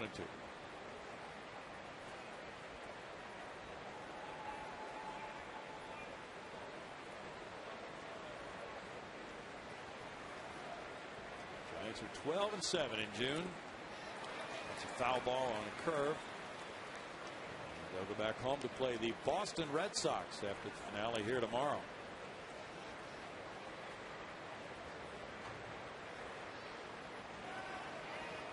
Things are really tightened up in the American League East. Yankees moving ahead of Tampa Bay now. Yankees with a 1.5 game lead on both Tampa and Boston. Grounded and on through into left field. Johnson tried to flag it down. Rowan is taking the turn. Carlos Lee with a throw. And Rowan winds up at second base. Johnson tried to backhand it. Couldn't stop the ball from going through into left field. Yeah, had a tough little in-between hop here to contend with. Couldn't flag it down. Didn't have time to square up his body and get in front of it. He had to trust his hands and just couldn't make the play. He's charged with an error. He had a throwing error last night. That was a two-base error. Now a two-base fielding error. And Rowan at second for Andres Torres. Torres doubled to right, was stranded at third, and he walked in the third and was stranded at third.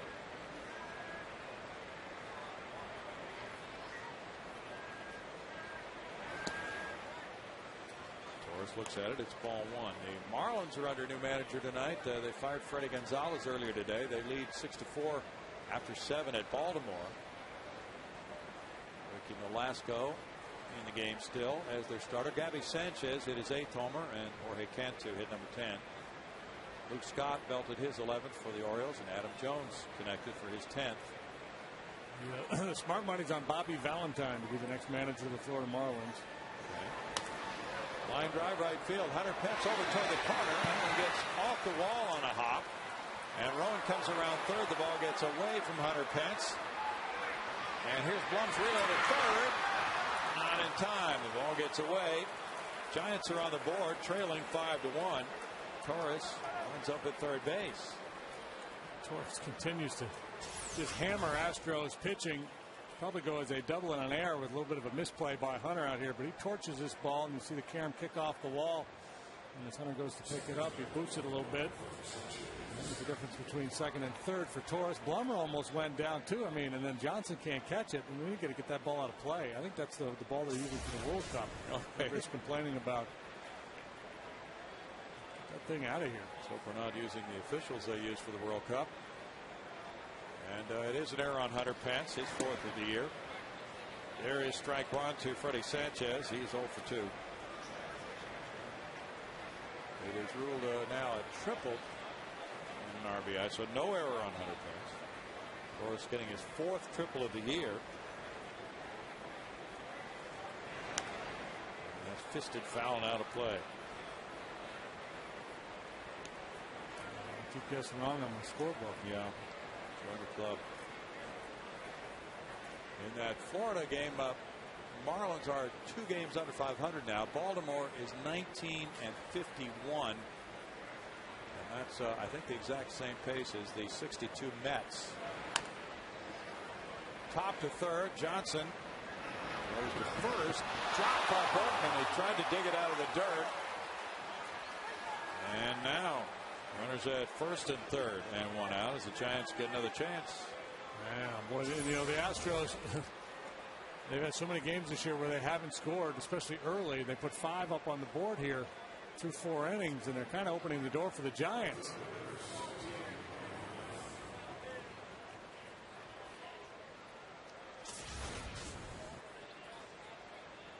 Well, we're still waiting for a ruling on that one, but it would be an apparent error on Johnson there on the throw. Now it's Aubrey Huff. He's 0 for 2. Give him a chance to rip one out of here, and it could be a 5-4 game.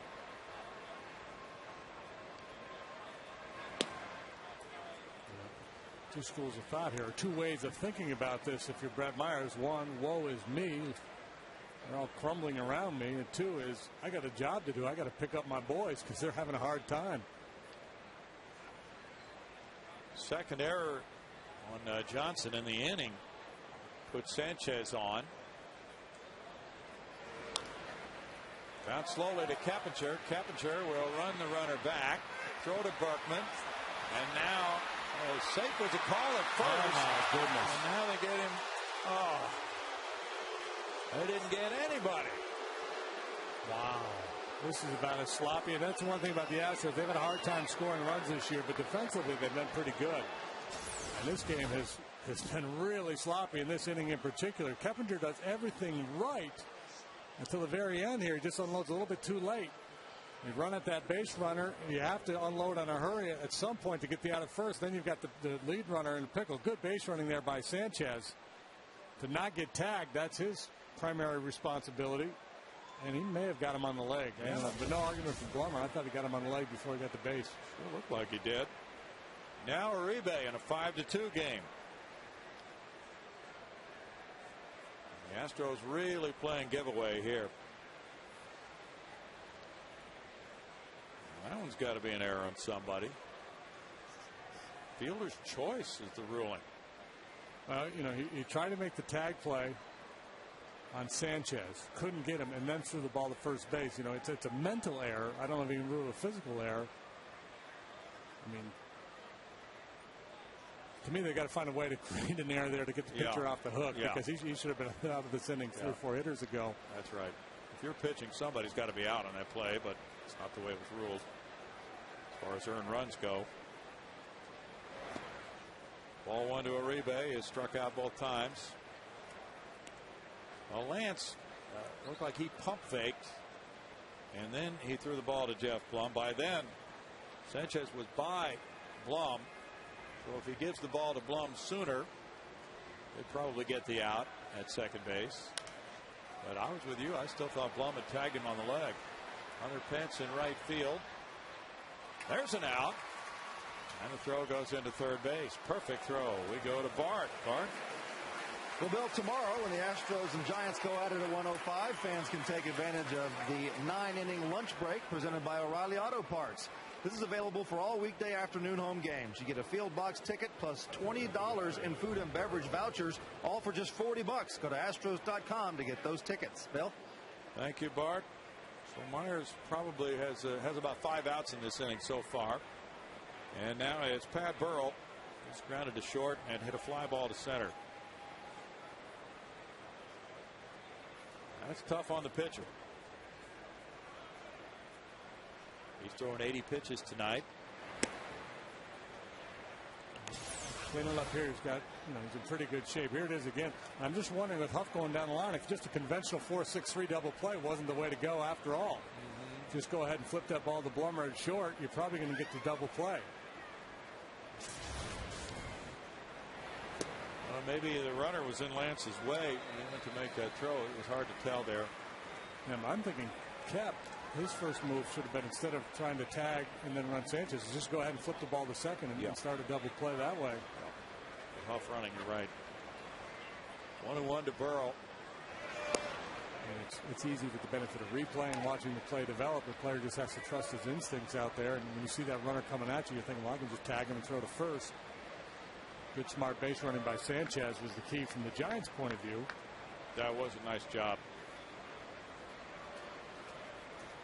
The runner's taught, don't run into a tag. And he kept you occupied long enough so his throw to first was too late to get Huff, and then he wound up being safe himself.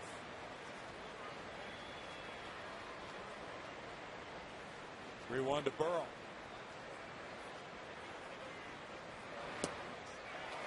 Good pitch by Myers. Makes it a full count. With 2 outs, the runners will move on the next one.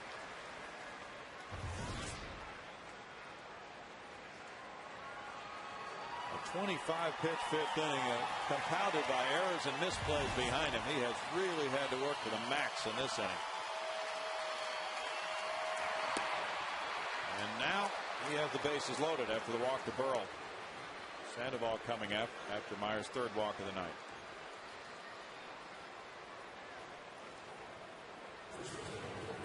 And that's what Burrell brings to the table. The Giants not a real patient club, but Pat Burrell has been throughout his career. A guy who draws a lot of walks, works a lot of deep counts.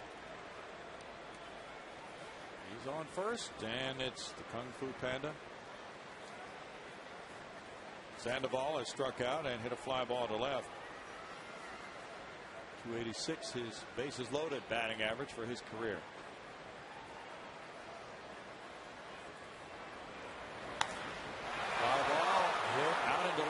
Field, and Carlos Lee is backpedaling for the 3rd out. Myers got about 6 outs in the inning, but the Giants came up with only 2 runs on just 1 hit. A couple of errors.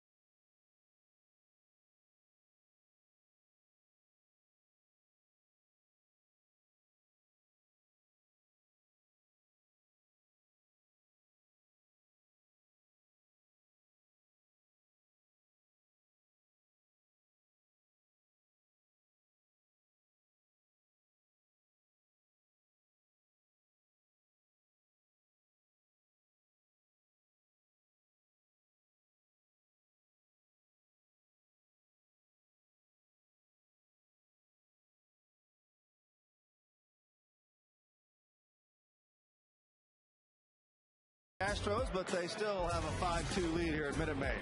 Time for Chevy at the ballpark, and let's recognize Lone Star Chevrolet for their support of Fairfield baseball and softball. For more information on Chevy's commitment to youth baseball, visit ChevyTexasBaseball.com. Bill, back to you. Thank you, Bart. Now the Giants go to the bullpen, and Denny Bautista comes out of that bullpen. The slender right-hander, 29 years old, from the Dominican Republic. Began his career in the Florida Marlin organization. Has bounced around from Baltimore to Kansas City to Colorado, Detroit, Pittsburgh.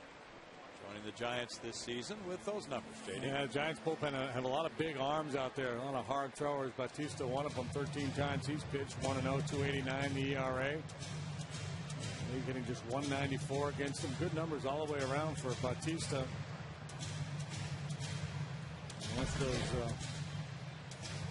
It would behoove them to put a run or two on the board here the rest of the way. They'll just have to win ugly tonight. Jeff Keppinger drove in 3, clearing the bases with a double in the second. He's 1 for 2. Giants coming up with a couple of unearned tallies in the top of this inning. Fred Myers. Barry Zito gave up 5 earned runs in 4 innings on 7 hits, walking 2, fanning 4. And there is strike 1 to Keppinger, is 1 for 2. Ryan Wilson has been the man against the Astros, 5 for 5 in saves against Houston this season. He closed out the 3-1 win last night with a hitless frame. And Lincecum went the first 8. Well, the bullpen's well rested. Fly ball to right field. Huff. 1 down. AT&T has some trivia for us. And let's see what the question is tonight from AT&T. Bruce Bochy caught for the Astros from 78 through 80. What Astro catcher had the most homers in that time span? Was it Alan Ashby? 78 through 80. Might be a little, that might be Boch. Maybe it's Louis Pujols. Could be Louis Pujols. Lance Berkman, the batter. And there's ball 1. He has doubled and flied to center.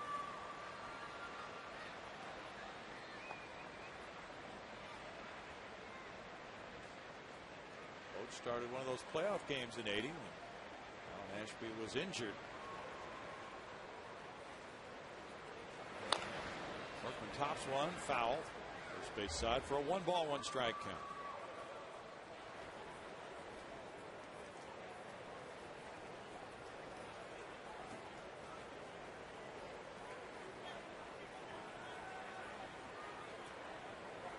Matinee tomorrow, and then the Astros head for Arlington, and the Giants go back home.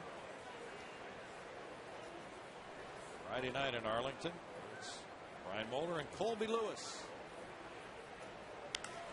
Berkman hammers one to left, but it slices foul.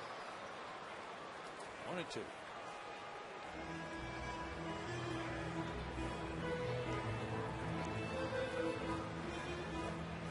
Rangers kept their winning streak alive last night against Pittsburgh. Tonight, they're in a wild one. It's 7-7. No, it's 7-2 Texas. Middle of the 4th inning. Not so wild after all. Pirates would like to make it wild. Berkman hits a big pop on the left side. Uribe gets out of the way of Renteria. Astros fortunate the Pirates have been losing like crazy too, and the Astros have managed to stay out of the basement because of that. Which catcher had the most homers? AT&T wants to know now. Ashby. Joe Ferguson at 7. We never would have gotten that one. That wasn't exactly a cupcake on your birthday, JD. That was a toughie. Well, you can eat a cupcake. It's not going to give us a cupcake. 7 homers in 3 years was the lead among Astros catchers. Strike 1. Well, you know, they shared the playing time. Well, Chale led the club one year with 9. Yeah, you're right. I think that was 1979. Carlos drove in a first inning run, then he popped a short.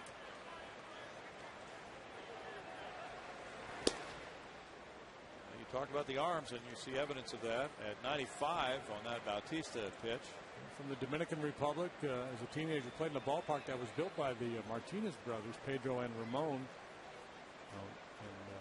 Pedro mentored him. You see a little, I mean, completely different body, long and lean, but a little bit of that low three-quarters delivery Pedro features. Yeah. I say features because he may not be done yet. He might not. The Phillies are talking to him. Bautista pitched on Sunday. 2 1/3 scoreless innings, and he was the winner in Toronto on Sunday. Top foul. It's 2 balls, 2 strikes. And so anyway, I mentioned Bobby Valentine as the I don't know if odds-on favorite's the right term, but you can certainly see him ending up in Florida. He's had a long relationship with Jeffrey Loria, the owner there, and he pulled his name out of the consideration for the Baltimore job. He said to explore other options, and all of a sudden the Marlin job comes open. And they have talked to Bobby down in Florida. Maybe not a formal interview, but they're talking about his interest and availability. The Orioles are talking to Buck Showalter as a possible replacement over there. Now it's Juan Samuel working as the interim manager after Dave Tremblay was fired. Well, they're talking to all these TV guys. Yeah, what do they know? Hey, works pretty well here with Dirk. Who's going to do the studio shows? You got to have depth in any organization. He struck him out. It's a 1-2-3 fifth. Lee didn't think so, and he's pointing to Molina, but he's called out by Mark Wegner.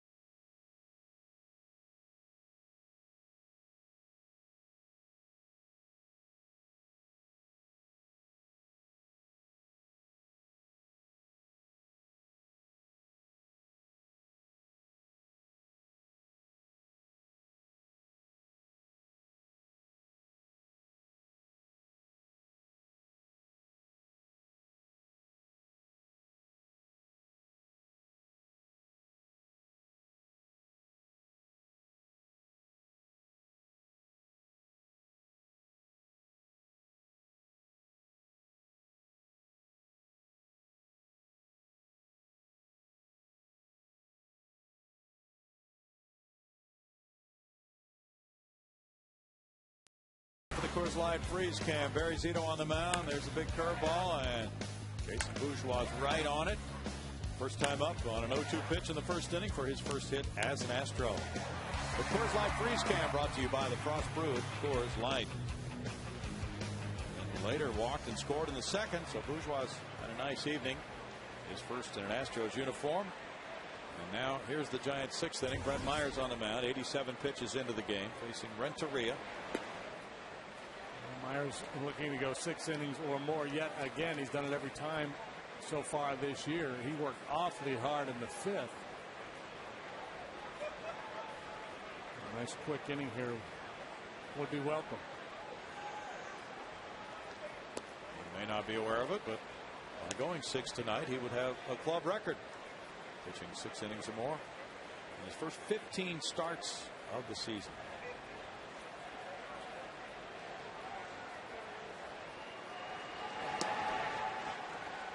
Two balls, 1 strike. Molina on deck, and the pitcher spot is due up third. Giants have a right-hander working in their bullpen.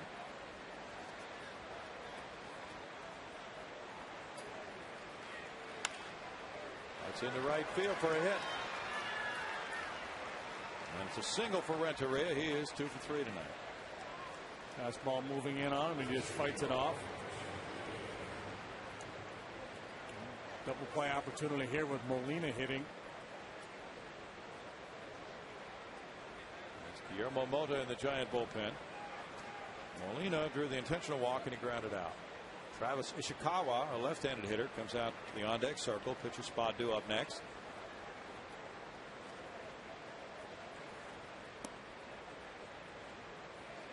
Ball one from Myers. Cleveland 5, Philadelphia 5. Bottom of the 8th inning in Philadelphia.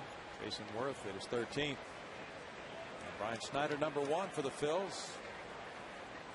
Shin-Si Chu, numbers 9 and 10 for the Tribe. Off Kyle Kendrick, the Philly starter. 1-1. The Phillies began the night 4.5 behind Atlanta.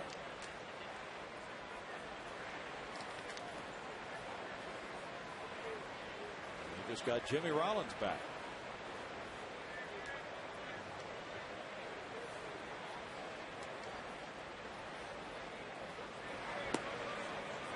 It's 2-1 for Myers. Myers is 3-0 at home this year with a 2.89 ERA. And the club has won his last 6 starts at home. If Bochy were inclined to put a play on, this would be a good time to do it. 2-ball, 1-strike count. Blum to his right. Gets it to Keppinger. Keppinger to Berkman. He didn't put a play on, and Molina grounded into the double play. Probably wishes he did. The Astros have extended Price Matters days presented by HEB, now available every Sunday through Thursday. Home game, you'll get a View Deck 2 ticket, hot dog, HEB chips, and a soda for only $10. Or you can upgrade to a field-level bullpen box seat for only $10 more. Visit Astros.com tonight for tickets. Day baseball here tomorrow. Yeah. And then on for another long road trip. 3 cities.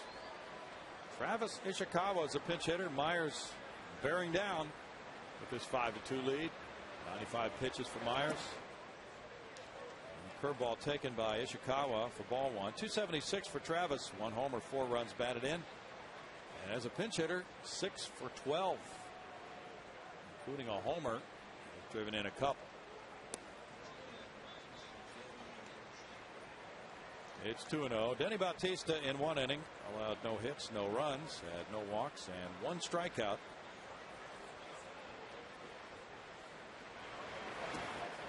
Ishikawa looks at that one. Ishikawa is known as a very good fielder at first base. 3-0.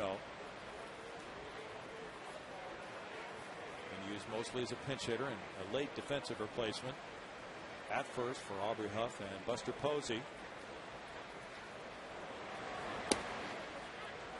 It's in for a strike. 3-1. Ishikawa had his shot last season as the starting first baseman for the Giants. He hit .261, 9 homers and 326 at bats. Myers throws a strike. A good movement there, and it's a full count now. Travis Ishikawa.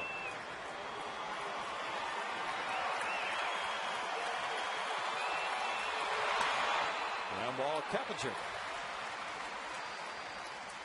In the 6th, no runs a hit, nobody left.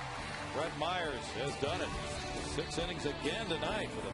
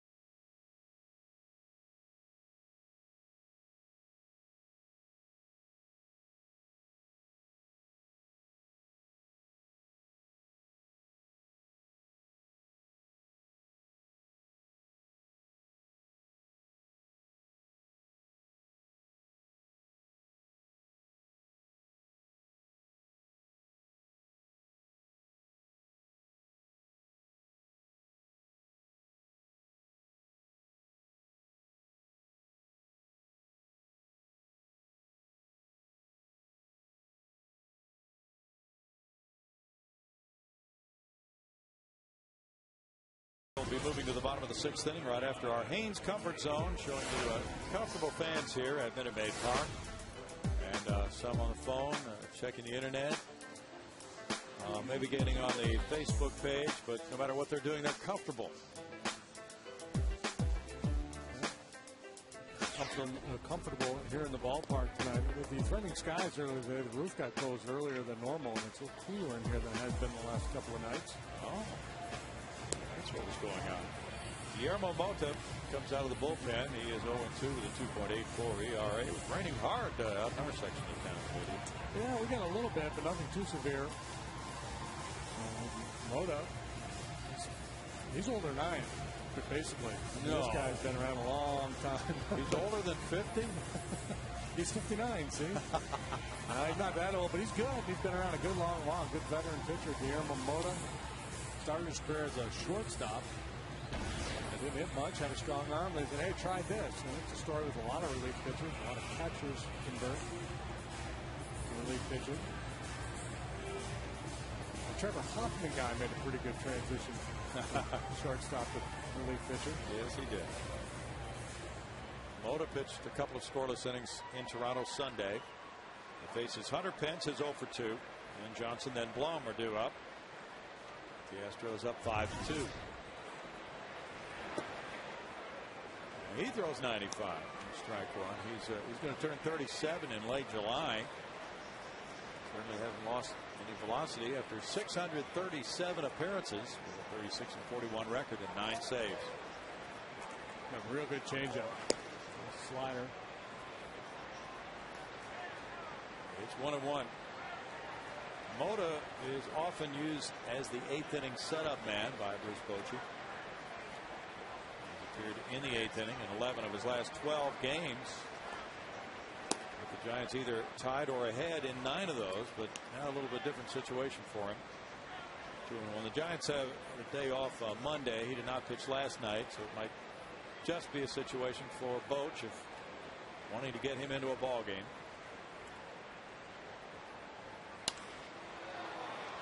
Yeah, he hasn't been quite as sharp lately.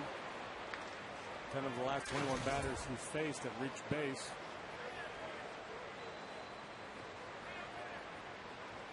Good play there. San Diego leads at Tampa Bay 5-3. They go to the bottom of the 9th inning. Adrian Gonzalez hit his 16th for the Padres. Broken bat. Might be a hit though. Barehanded a rebound. Safe. An infield hit for Hunter Pence on a broken bat. You gotta love those hits where the barrel of the bat flies a lot further than the ball does. That bat almost reached left field. 15th infield hit. Yeah, I did. Absolutely jams the daylights out of him, but it's a knock. Hunter will take it with no apologies. See, that is his 70th hit. 15 of them infield hits. That's a pretty high percentage. And he's aboard for Chris Johnson. He has a single, and he reached on a strikeout and wild pitch. Well, a guy can run and really keep himself out of slumps sometimes. Here's ball one. Yeah, that's why some people feel like sluggers age better than speed guys. Once the speed guys lose the legs and they don't have that element, if you're not hitting the ball out of the ballpark, your value really diminishes. Of course, Hunter's a different creature because he does have power. He's the combination. He's got both. And he draws a throw. The Astros got 1 in the first, 3 in the second, and 1 in the fourth to lead 5-0. Giants got 2 in the fifth, 2 unearned runs.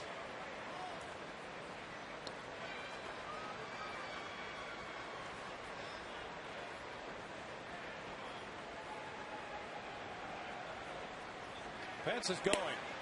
Molina can't get a grip on it. And Pence steals it easily. It is 9th of the year.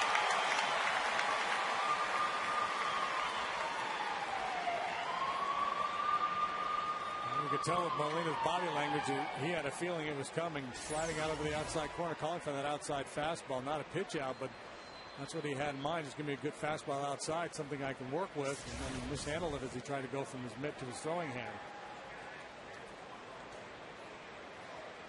That's in scoring position. Count 2-0 on Johnson.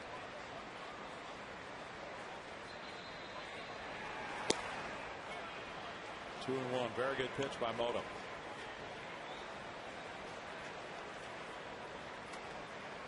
Milwaukee leads Minnesota 3-2. They played 5 in Milwaukee.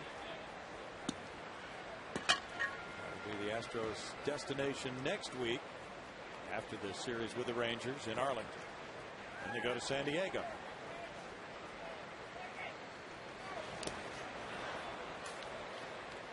Two balls, 2 strikes.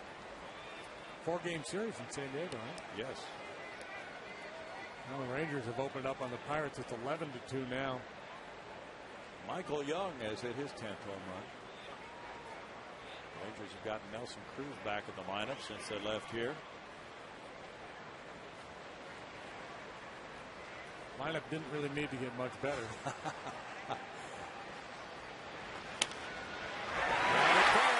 Off the left field line.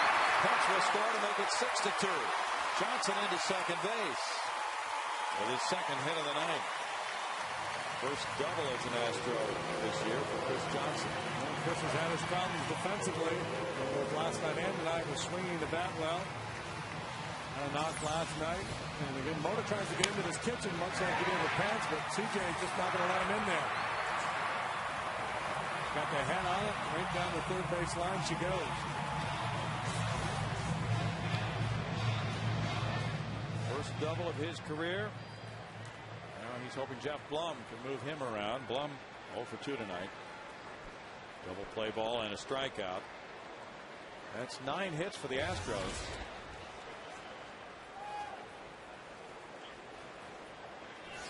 Also drawn a couple of walks. They've had much more traffic in this game than they have in their normal game recently. There's strike one. They haven't hit a homer in well over 200 at bats now. Covering 6 games, and then tonight.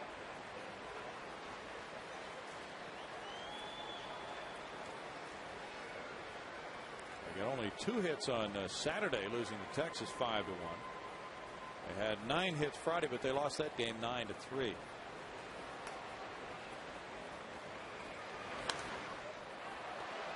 How about Blum, and it's 0-2.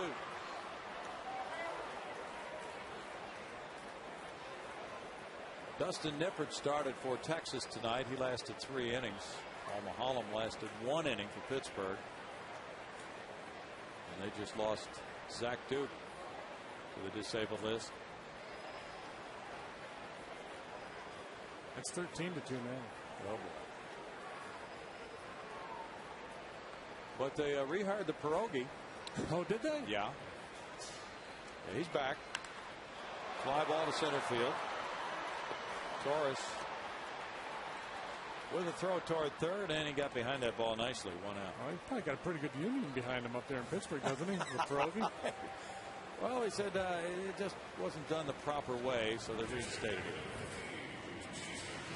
But yes, he shouldn't be putting critical remarks on his Facebook page, but nonetheless. If you don't know what we're talking about, the Pirates have an in-game race, much like here we do this taco sauce packets, and in Milwaukee the sausages, in Pittsburgh it's pierogies, racing pierogies. And apparently one of the pierogies had some anti-pirate sentiments that he shared on his Facebook page, was it? Or yes. Somewhere on social media. Mm-hmm. So the Pirates let him go. They came to their senses. You just can't waste a good pierogi like that. You can't train somebody to do that overnight. It takes years and years. Ball 1 to Jason Castro. He's walked and scored and grounded out. Apparently he's very versatile. He's worn all the different racing pierogi costumes, so be a tough guy to replace. Got to have depth in any organization. There we go. And apparently Bobby Valentine was the odds-on choice to get that job had that stayed open. The pierogi job? Pierogi, yeah. Bobby was also threw his name in the ring for that one. 1 ball, 1 strike. The young guys, Bourgeois, Johnson, and Castro, are represented there graphically tonight. Recall, all of them are younger than 50, so they're young classify guys. as young guys. Bourgeois is 28. Johnson is 25, and Castro is 23. They are young guys.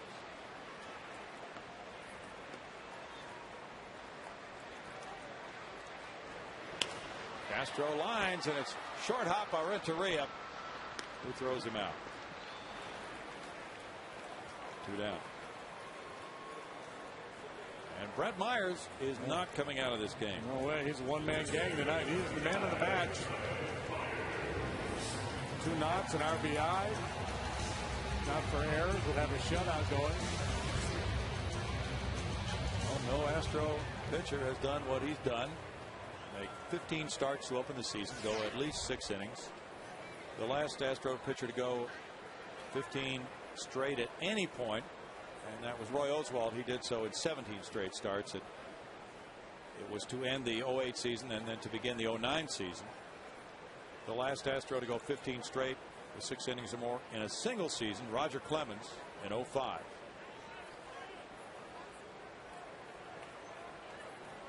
Freddie Sanchez all dirty at second base tonight.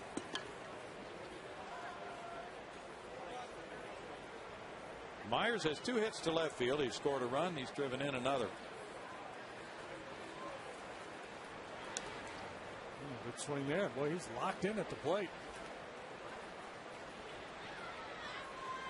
Well, you talked about that 3-hit game he had in the playoffs.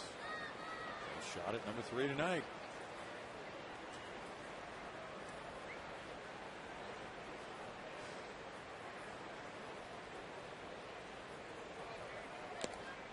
Good fastball.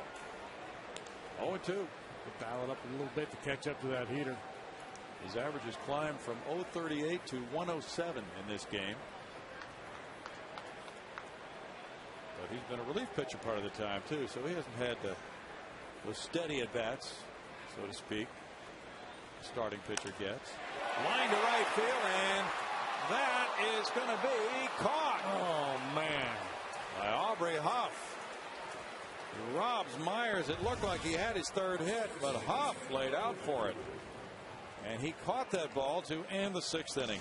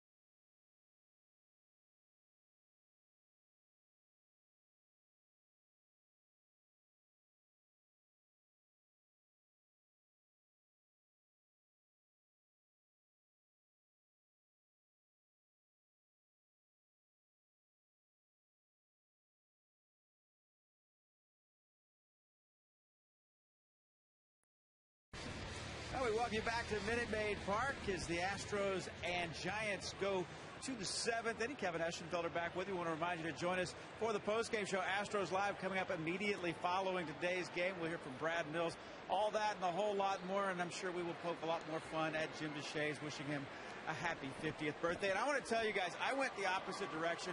I found the brightest shirt I could find. Rather than going with the black tonight, I thought more of it a celebration today. Happy birthday, JD. Hey, thanks, Kevin. Happy Halloween, Kevin. You're an honorable man among all these guys. Check this out, will you? Oh, wow. You were gone from the booth when they showed this. Yeah, that's Libby's graduation up at AU. That's American University. And Brett Myers throwing ball 1 to Andres Torres. Torres has been a real problem for the Astros tonight. 2 for 2, a triple, a double, a walk, an RBI, and a run scored. 4 hits for the Giants. He's been a big part of their offense. 1 ball, 1 strike. Was that last May that she graduated? Just this past spring. This past spring, that's right. Oh, yeah, you missed that weekend series. Sparky came in and worked. Yeah, we were somewhere. The Padres were here. We were here, yeah. This does classify as somewhere. 2 balls and a strike. Dodgers and Angels are just getting underway out west in Angels land. And it's Colorado 5, Boston 2 in the 5th. And smacked down. What a play here. Keppinger from a knee. Oh, that's brilliant. Out number 1 in the 7th. Baby. Kept a little. Wow, that ball was scorched. He came up large. This ball appears to be by him, but he flags it down. And his defense that wobbled a couple innings ago and picks Myers up here. This ball really sharply hit. Nice play. It looked like maybe another Torres double off the bat. That was headed for right center field and hit hard. Eddie Sanchez grounds 1 left side. Long backhands. He throws from the outfield grass and not in time. Oh, good try.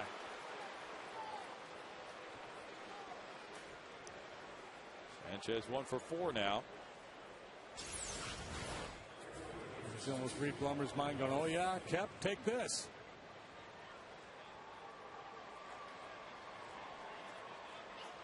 And the wrong guy running. Molina's going down the line. He's got him. Yeah. 1 bounce throw. That's Aubrey Huff.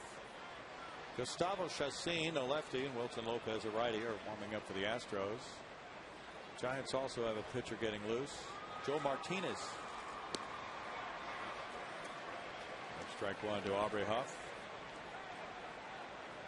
Cannot sit fastball against Brett Myers. He throws a lot of breaking pitches, and there are a lot of guys that throw breaking pitches but can't find the strike zone with them, so you can kind of disregard them and just sit on the fastball. That's not the case with Myers. He has good command of his breaking pitches, both the curveball and the slider. You find the zone with him quite often. Nice play there by Castro. Picking that ball out of the dirt. He off last half of the inning, did he, or did he not make this play?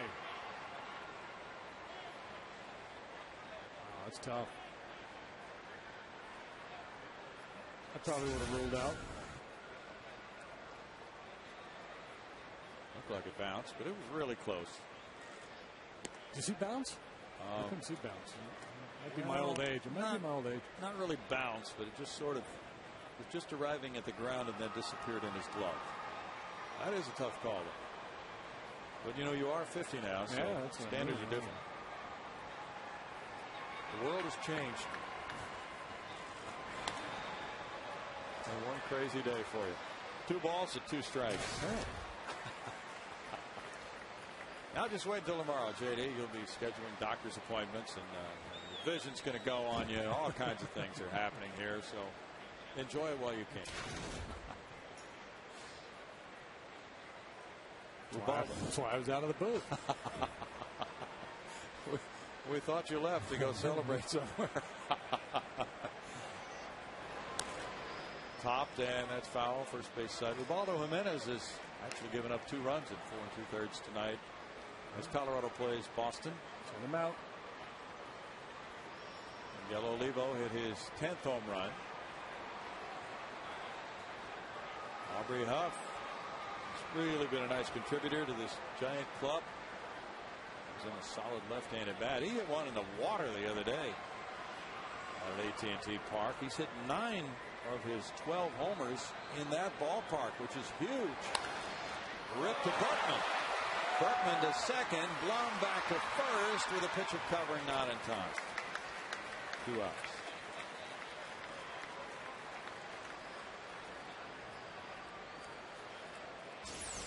Nice play with the glove here as Lance. You see him slide off the base, and then the quick reaction. Just a little bit to get the ball out of his glove, and he has to make sure he makes an accurate throw, so you don't want to hurry that throw. And you're hoping to get 2 there, but first and foremost, you got to make sure you nail that lead man. Myers has thrown 112 pitches. Really helping with the day game coming tomorrow to keep that bullpen rested. Juan Uribe's 0 for 3. And that heads for right center field. Huff is going to third. He'll be able to score on this one. It rolls all the way to the bullpen wall. That'll make it 6-3. And Uribe stops with an RBI double. 44th run batted in for Uribe on his 13th 2-base hit. Now with 2 outs, Uribe content to settle in there with a 2-base hit.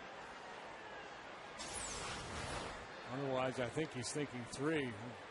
Big part of the yard out there in that corner by the Astros bullpen. But 2 outs, just not a big percentage play to try to get 3. Looked like he could have had 3. Yeah, to me, it looked like he made up his mind about halfway between first and second, and he was going to settle for a double. Now it's Pat Pearl. 6-3 ball game. Pearl is 0 for 2 with a walk. Sandoval's on deck. Red Myers, one of only 5 starters in the majors who are undefeated at home for at least 7 starts. And they get a call there on appeal to Dan Isagna. Strike 1 to Pearl.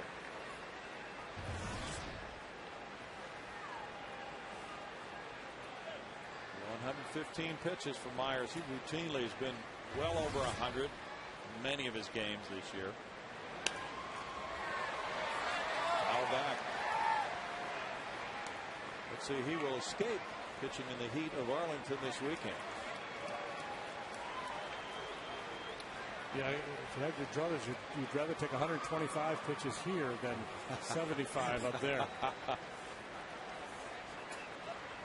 Atlanta and the White Sox had a long rain delay in Chicago. They're underway now in the second inning, 1-0 Braves. Especially that Saturday afternoon game. Who gets that one? Paulino. He's young. Yeah, he's young and strong.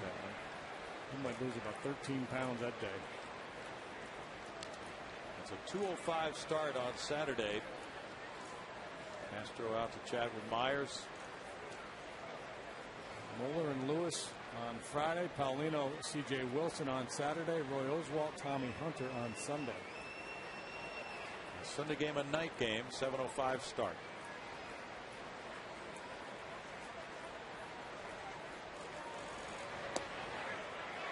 Strike on a big hook. Burrow caught looking. And the Giants in the 7th inning come up with a run on 2 hits. They leave a man. That's strikeout number 4 for Myers. He leads it 6-3.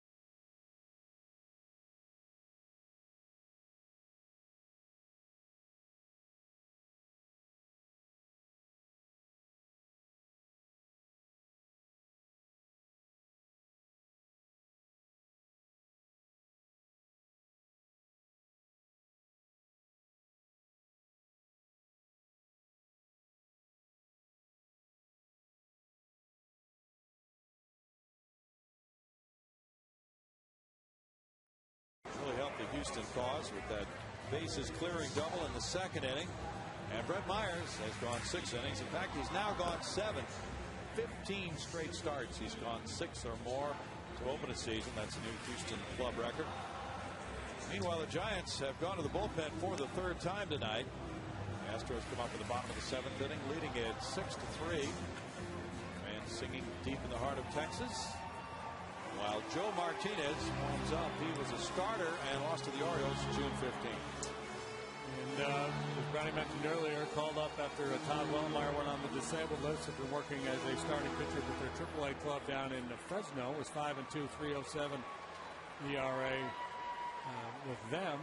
Made his debut with the Giants last season. He was 3-2, 7.5 earned run average. He is listed as the probable starter for the Saturday game in San Francisco. Don't know if this relief appearance will change that or not, but Martinez comes in, face the top of the order. Jason Bourgeois. Probably didn't take his pen today. Probably said, don't throw a bullpen. Try to get you in the game. And if we don't get you in the game, we'll have you throw your bullpen, get your work in late in the game. So this is just a little tune-up prior to that start, I'm guessing. Bourgeois lines to Renteria. Jason's had a good game tonight. Time now for the Coors Light Cold Hard Blast. Again, we do not have an Astros home run tonight. This could be the 7th consecutive game they have not hit a homer, but they've had plenty of offense, and it's Capinger with the line drive to left field, driving in 3, and that made it a 4-0 Houston lead in the second inning. His 20th double of the year for the club leader. Capinger, who's been so good against left-handed pitching in his career, up there at the right time with the bases juiced. Strike 1 to Kep. 1 for 3 in this game. 29,311 to paid attendance.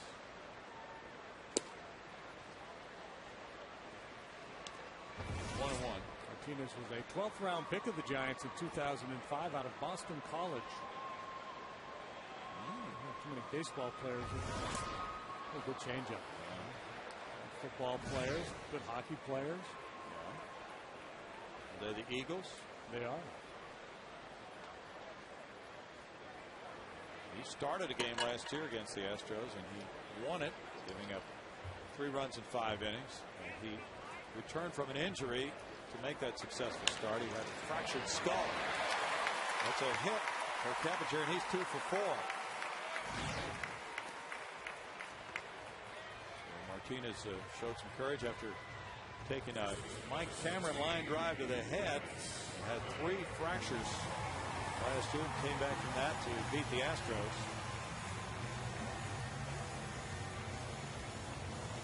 Now Lance Berkman, he doubled to left in the first inning. He's 1 for 3.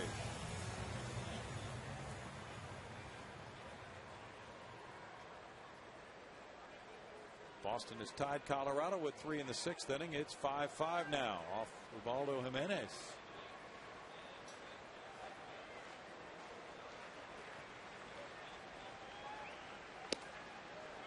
There is strike 1. Just talking with some of the folks who travel and follow the Giants. They think that the Rockies might be substituting balls that are not from the humidor in some of their games this year. Really? Yeah. Conspiracy theories abound. Yeah. 1-1. They think that in certain matchups, if they feel that they can outslug their opponents, they will go ahead and take balls that have not been in the humidor and use those in the game. I thought they were trying to sneak certain balls in while they were hitting and other balls while they were pitching, which would be really problematic. That really would. Yeah. The other I kind of get. You can see. It'd be kind of like if you had control over your roof and you want to have your roof open or closed depending on the nature of your opponent.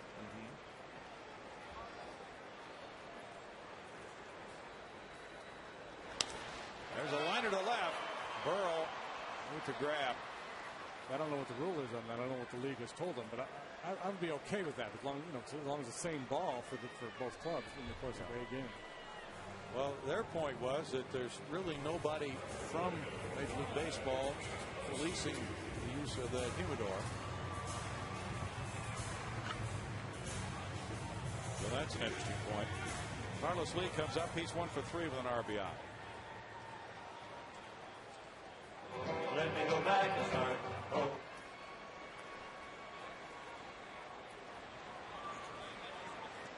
Arizona got 2, and in the first inning leads the Yankees 2-1. Bottom of the second now. Ball 1. Off Javier Vasquez. It's Dontrell Willis for the D-backs. I saw one article today that after the D-backs made that trade with Oakland, the general manager of the Padres, Jed Hoyer, thinks that might loosen things up a little bit. He says teams are starting to talk more now, and sometimes one trade kind of loosens a log jam, and you could see more to come from other clubs. Well, there does seem to be a sense of change in the air with the managerial firings. Yeah. The Astros going down to the farm. Once you play this kind of game. Liner to left by Carlos Lee. Here's Keppinger around second, and he slams on the brakes on a sharp single, and Lee hit it so hard Keppinger could not get to third. Lee's 2 for 4 now. Burrow got over there in front of it.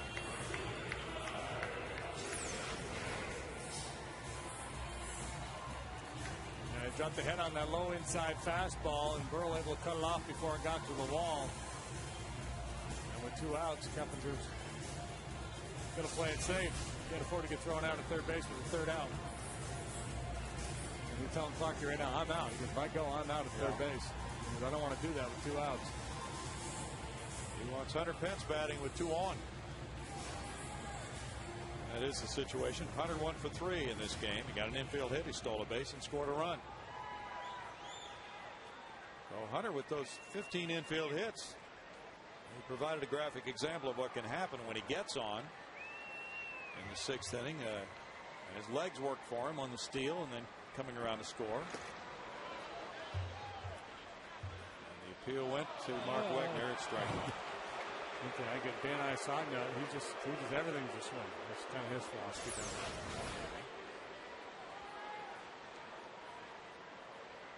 Well, I tend to agree with him after that one. Initially, I thought no way. We've got to sit down with an umpire. Get a definition of a check swing. Dan Runsler's warming up, a lefty in the Giants bullpen. Got to get something we can go by. 1-1. Well, you know, it used to be you would hear, well, did he break his wrist? Did the bat head cross the front of home plate? Then you hear a lot of, well, in your estimation, in your opinion, did he make an attempt to hit the ball? Did he make a legitimate attempt to try to hit the ball? I don't know. Well, when I saw that replay of Hunter Pence, I would say no, he did not make an attempt to hit that ball. But you thought he did, so we don't even know. Yeah, on the replays, I think about 95% of the time, it looks like to me that they went. 2-1. Cubs scored a run in the top of the 2nd at Seattle on a Tyler Colvin homer, his 9th. 2 balls, 2 strikes. It was 1-0 today in Washington. Brian Bannister in Kansas City beating Steven Strasburg and Washington. Joaquin Soria got his 17th save. Strasmus in Washington again today. Struck out 9, walked no one again. Wow. He's 2-1 with a 1.78 ERA, and people are starting to talk about him for the All-Star team. 41 strikeouts, 5 walks in 25 innings. All 5 of those walks came in that one game in Cleveland when he's having a hard time with the mound. So in his other 3 starts, he's pitched walkless baseball. Just an incredible beginning to his career. He actually lived up to the hype, which seemed impossible. Yeah, you're right. 3-2, 2 outs, 2 on. Those runners will be moving. Keppinger and Lee.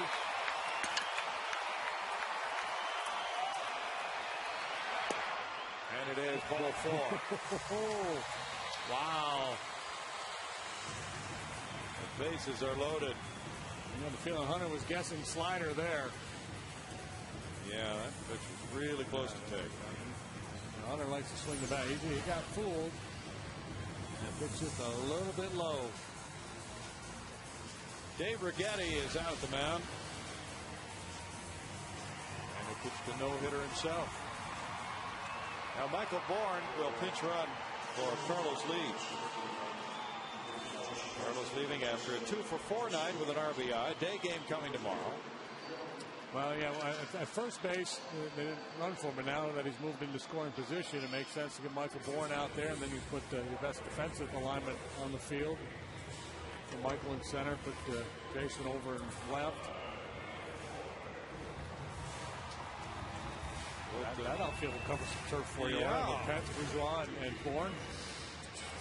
Those two guys could cover the West Park Tollway all by themselves, and we're going to have to be careful they don't run together. They're so fast. First career at bat with the bases loaded for Chris Johnson. And he has 2 hits tonight. Single and a double. 11 hits for the Astros.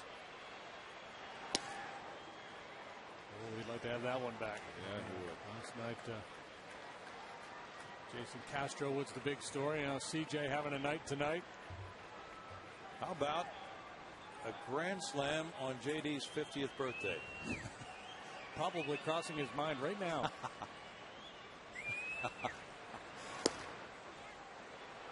Well, it's 0-2.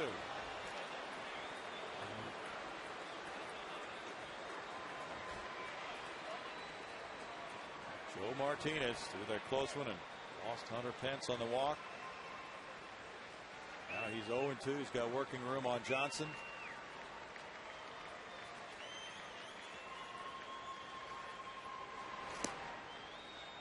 Chris went to Stetson University. He was born in Naples, Florida. His father Ron for years the manager, AAA Pawtucket. Ron played with Kansas City and Montreal, and in fact, when Chris Johnson was a kid, he was in the Kansas City locker room along with George Brett and Bo Jackson.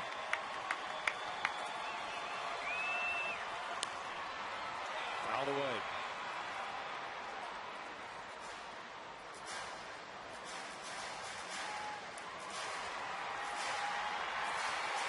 Chris Johnson hit a long ball in spring training, and he really caused some damage to the windshield of Hunter Pence's car in Florida.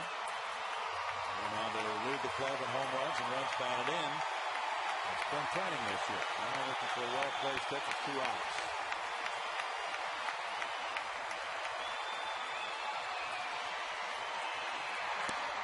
That one's in on him, and they ring him up, and there it is, your theory does hold true, as Dan Sagna says he swung.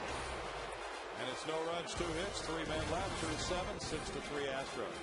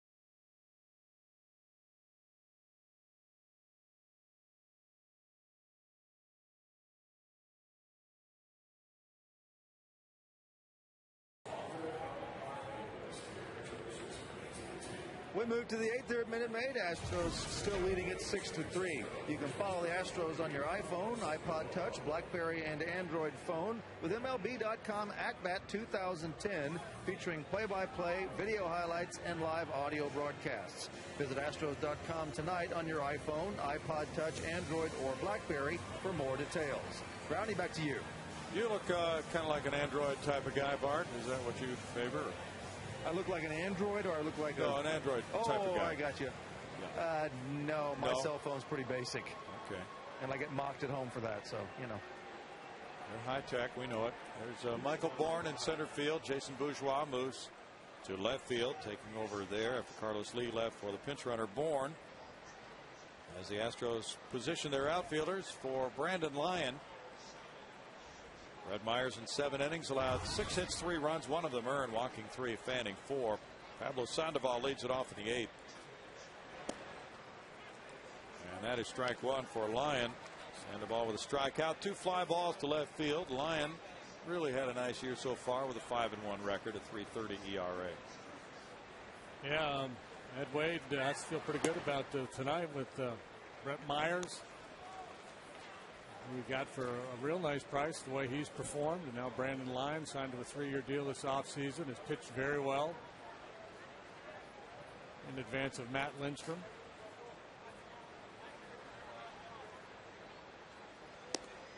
Big cut there by Sandoval, and Lyon. What I like about Lyon is that he does that. He comes inside on left-handed batters, a little cutter or slider, and the ball seems to be moving a great percentage of the time to where the hitter doesn't expect it, JD. Well, he has a true cut fastball. A lot of guys, say they have a cutter, but they don't. It's more of a slider. But he's got that ball that'll break straight across the plate. There's a breaking pitch there. But, yeah, he's got a real good arsenal against left-handed hitters. That cutter in, and then he has good command of his two-seamer away, and a pretty good off-speed pitch as well. He's not necessarily your prototypical late inning relief pitcher in the sense that he might have more pitches to work with. He might be able to do more different things. And it's just all about getting out, so it doesn't matter a whole lot, but it's fun to watch him pitch. Because he can show different wrinkles from one night to the next. Yeah, I think his best asset is his command. Some guys, late inning relievers, it's just pure stuff. They throw 97 miles an hour, or they've got a nasty split finger pitch. Lyon has good stuff, but he doesn't have overpowering stuff. He has real good command of his pitches. Yeah. And a real good feel for pitching. He knows how to pitch. That's it. And he's a former starter, so he kind of knows, he had to have that. One hopper, short hop by Blum. Blum probably flashing back to that ball in Kansas City. Oh, yeah. The catch that wasn't a catch. League leaders brought to you by your Texas Ford dealers, showing you Tyler Clippard has the most wins in relief in the National League with 8. Brandon Lyon is tied for second with 5, along with Sean Marshall. Billy Wagner has 5. 14 players have 3. Sometimes that's a negative, wins in relief. More so a negative for guys who come in with a lead and blow that, and then they get a win, but that has not been the case with Lyon. There's Renteria taking strike 1. No, he hasn't given up many leads this year at all. He has 12 holds, which means he comes in a safe situation and holds on to the lead, but he doesn't get the save. 1 ball, 1 strike. Brandon leads the club in appearances, making his 33rd tonight. Foul ball makes it 1-2 to Renteria, with Molina on deck. In that Kansas City win, Brian Bannister beat Strasburg. Bannister went 6 shutout innings. He's 7-5. And when we were in Kansas City, they came out with the announcement that they had added that game because of Strasburg pitching against them to their schedule of telecasts. So they probably are very glad they did. The 1-0 win over Strasburg. 2 balls, 2 strikes. Imagine all the clubs on the schedule for the Washington Nationals are checking out, okay, 5 days from now, then 5 days from there. Are we going to get him or not? Can we promote it? Yeah. That looks like Well, he's changing his grip. He starts with a change-up grip. We've seen this a lot with guys with split finger grips. They'll start with the ball in the, set up to throw a split finger pitch, and then they'll come off of it. Whatever it is that is the biggest grip, if that makes any sense, when your hands in the glove with the ball, whether it's a split finger or change-up grip that causes the mitt to fan open. So you'll start there and then come off of it. Broken bat looper to left field. Bourgeois keeps it in front of him, and it's a hit. Now Renteria looked like he was thinking about diving for that. Then as he got closer, he saw he couldn't make the play. And Renteria gets his third hit.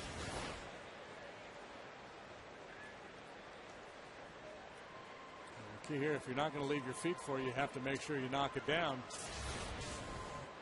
And he did. Now the double plays in order for Molina. That was hit number 7 for the Giants.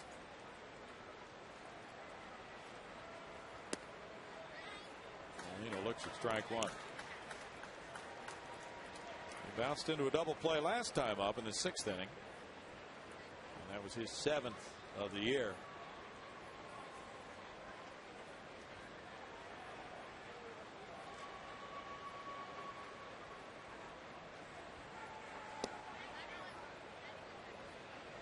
Misses, and it's a 1-ball, 1-strike count. The Mets got a shutout from R.A. Dickey. Boy, that guy's been a lifesaver for them. 6-0 now. 6-0 with a 2.33 ERA. Mets blanking Detroit 5-0 in New York. They beat Jeremy Bonderman. Jose Reyes hit his 6th homer. 1-2 now. Carlos Beltran is starting to play in minor league games. So they may be able to get him back. Well, possibly they're saying around the All-Star break or so. The Mets are only a game and a half behind Atlanta going into the games tonight, and they won. And Braves got a late start because of a long rain delay.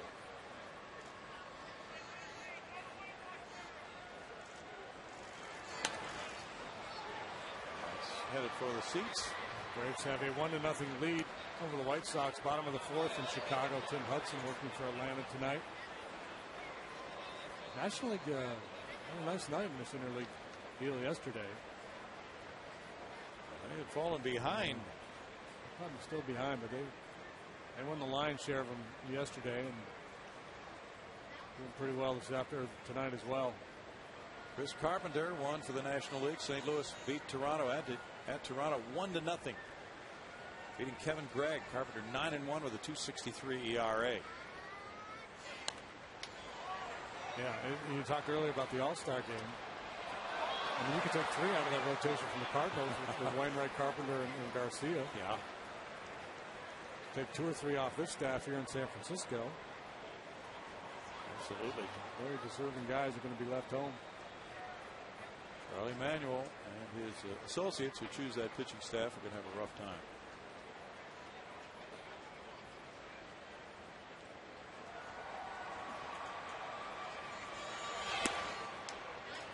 Two and 2, and now if you're a starting pitcher, the rules have changed this year for the All-Star game, and you pitch on the Sunday prior to the All-Star game, you're not eligible to pitch in the game. You can be on the team, but you can't be used. So they'll replace you. So you can go for all the festivities and say, I made the All-Star team and collect your bonus, but then they bring in another. So that's good. That'll help. Yeah. And, a lot of these guys might be pitching on Sunday. Nate Shearholz comes out to the on-deck circle to pinch hit. He's a left-handed hitting outfielder. Currently there are 16 National League pitchers, starting pitchers with ERAs below 3. Wow. A whole bunch of them just right around a little above 3, including Roy Oswalt, 308, Myers 320.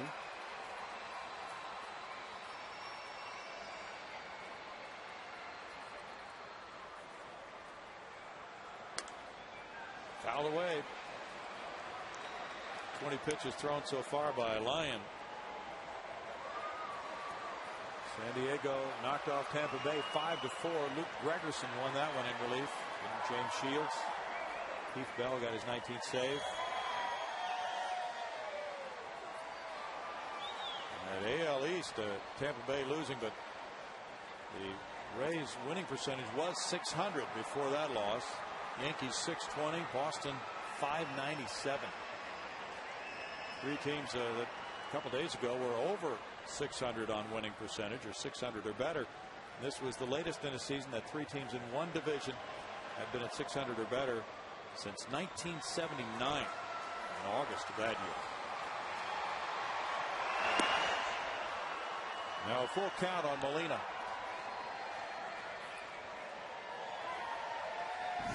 Grounded into a double play last time up. So if you're Bruce Bochy, you start Renteria to try to stay out of the double play. Trust Molina to draw ball four, put the ball in play, or do you fear the strikeout, throw out double play? You saw Jason Castro throw the ball last night. He knows what kind of a weapon he is back there. That's a tough choice. He is going, and it's hit into left field behind Blum, who broke to cover.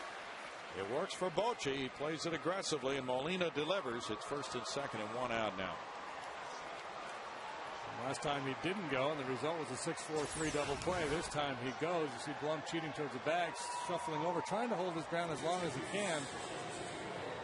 It's a standard coverage on that play as shortstop, and depending on the hitter, the pitch selection, you might cross it up and have the second baseman covered. You'd like to have the shortstop covered because you don't go first to third on a base hit to left field anywhere near as often as you do to right field.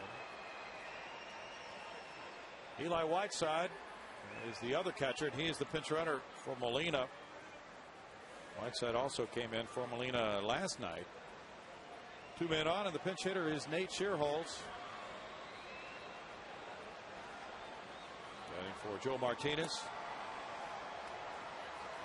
Ball 1-2 Shearholz, who is 4 for 8 as a pinch hitter with 1 RBI. He's had 127 at bats, hitting .268, 1 homer, 10 runs batted in for Shearholz. Very good defensive player. Very strong arm. And that one is foul. It just feels like one of those nights. The Astros got up to that 4-0 lead. Okay, they're going to cruise to this one, but kind of lost that feel in that 5th inning when the Giants scored 2 and the Astros were so sloppy defensively. That was an ugly inning. So now it's been harder work because of that. 200 run scoring in that 5th, with the lead down to 3 and the potential tying run represented by this hitter. He's been good in the pinch, 4 out of 8.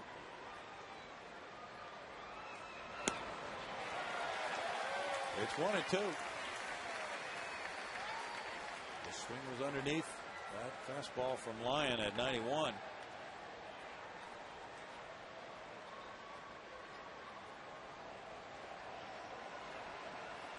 Lyon pitched on Sunday and got his 12th hold, coming in with a 4-3 lead against the Rangers in the 7th inning, but the Rangers won it in the 10th.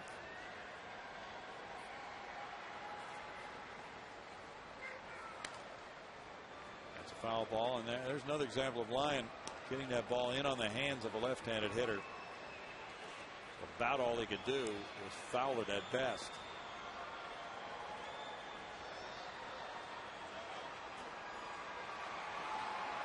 Well, he could just do that every pitch and turn himself into Mariano Rivera.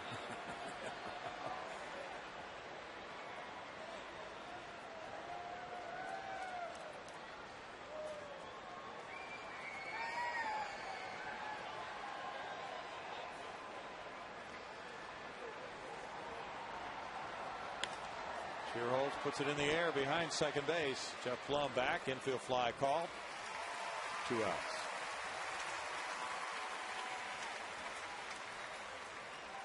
Now to the top of the order again, and Andres Torres. Torres has had a big night, reaching base 3 times, and then in the 7th inning, he hit the ball well, but Keppinger robbed him.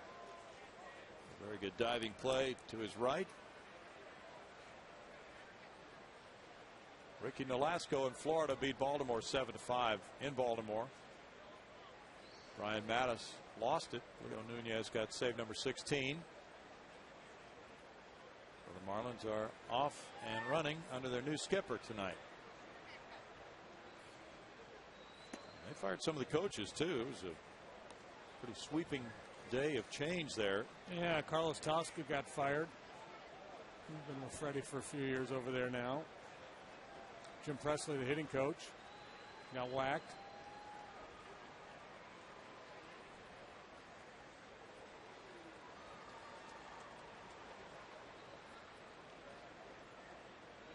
Many have rumored that Freddie Gonzalez might be the next manager for the Atlanta Braves. Former coach for Bobby Cox in Atlanta. And now he's free. 2-0, and hard to say what the Braves' timetable will be on naming a replacement for Cox. But they can certainly move in whatever direction they want to as quickly as they want to, because Bobby has said that he will be retiring after this year. Hire Chipper to manage. He's talked about retiring as a player. Just slide right over. It's 3-0 with Torres taking that pitch in tight.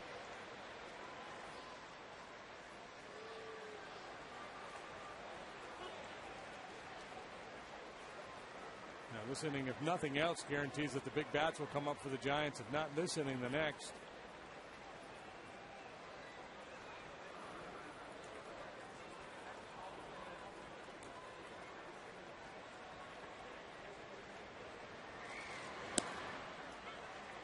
Brandon gets a strike on the outside corner. He tried inside. That didn't work. And it's 3-1 now.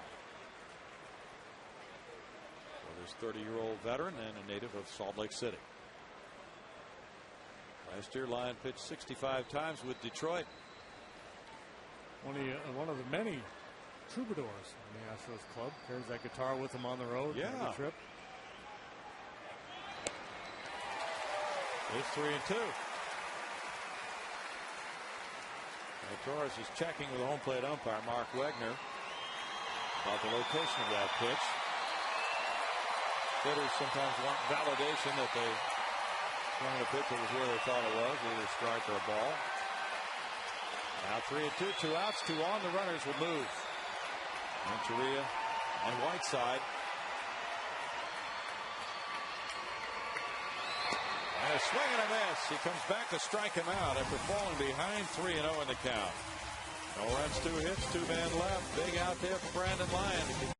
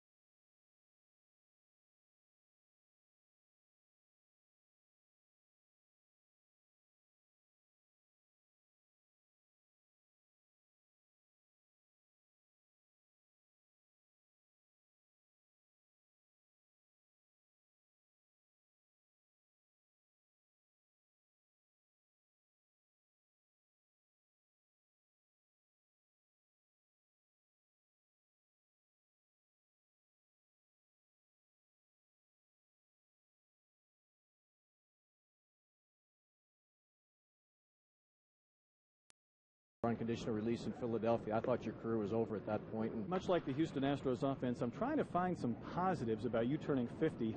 That time I caught you scuffing it out in the bullpen. Well, I can't think of any. No mani-pedi together. That secret has stayed safe with me. You know, I've seen you physically deteriorating in front of me this year. That is not happening, but happy birthday anyway, JD. Thank you, Brownie. we pieced all those together with our producer, Jeff McElroy, at the editing station. And sincere happy birthday wishes for JD. And it will make the night go down a little bit better with a win, won't it? Yeah, I feel like a piñata. Eli Whiteside stays in to do the catching. W would be great. And it is Runzler, the left-hander. Dan with a 2-0 record, a 3.80 ERA. Well, we talked about the big arms in the Giant bullpen. Here comes another one, this time from the left side. Runzler 2-0, 380 earned run average. Features that high-octane fastball.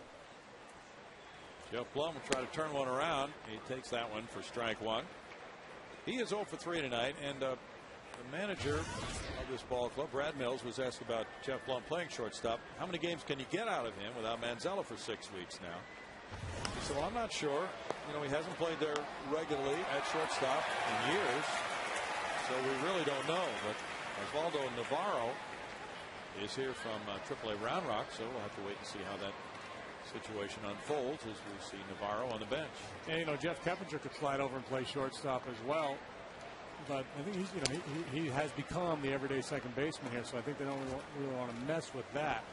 I'd rather see what they can do with Blum and Navarro out there, try to piece it together. And to handle the position, just leave Keppinger alone at second base. Very comfortable there. 2 balls, 2 strikes, and Tommy Manzella. It's such a tough situation for him with that broken index finger on his left hand from last night's game. He rolled over on that finger and expected to miss 6 weeks. He's hopeful it'll be less than that, of course. Punch toward right, diving play, Sandoval. Wow. You know, the big fella had that kind of range. No. Yeah, it was pretty slick.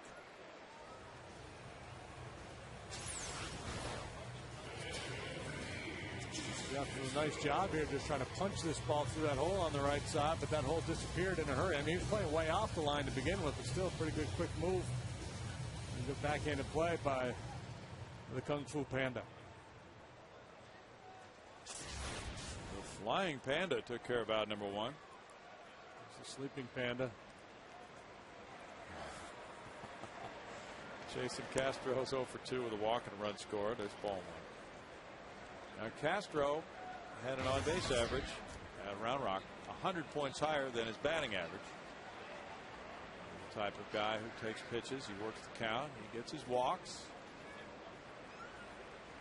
And bounces that one foul. They made an adjustment with him. The roving hitting instructor in the Astros organization for the minor league hitters is Mike Barnett, former hitting coach with the Toronto Blue Jays, and he came to Round Rock and dropped Jason's back elbow a little bit lower. It had been higher than it is now.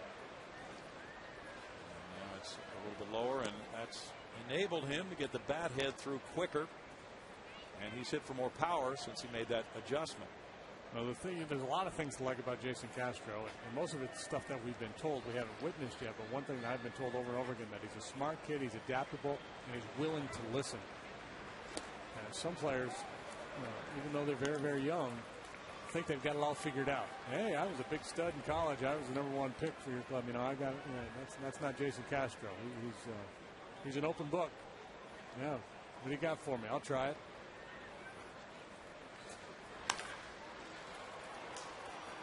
Sanchez over to Sandoval, 2 outs. Sanchez, Huff, and Uribe are due up in the Giants' 9th inning with Matt Lindstrom warming up now for the Astros. And it's Jason Michaels pinch hitting for Brandon Lyon. Lyon threw 33 pitches in the 8th. In that 8th inning, he allowed 2 hits, no runs, with no walks, 1 strikeout. J-Mike, a 160 pitch hitter this season with 1 homer, has driven in 3. And he posed for a special photo with his former University of Miami teammates. Pat Burrell is one of them, and Michaels hit 3rd, and they said he was the best player in college on that club. But so Aubrey Huff hit 5th with Burrell 4th. It's quite a 3-4-5 lineup in college. They're all in the Miami Hall of Fame, so they got together for a photo. 2-0. Yeah, imagine having that kind of ability on your college club with metal bats. Wow. Popped up foul. Sandoval comes roaring over for it. Whiteside is there, and Whiteside squeezes it to end the 8th inning. 6-3 Astros heading to the 9th.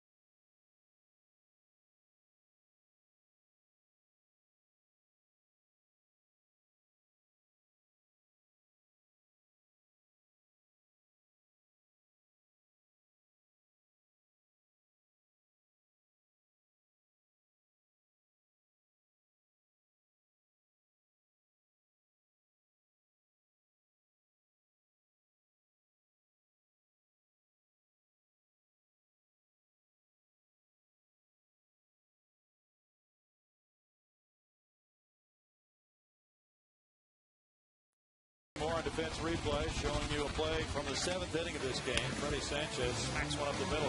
Jeff Keppinger diving to his right, gets up, throws him out from his knee. It was Andres Torres.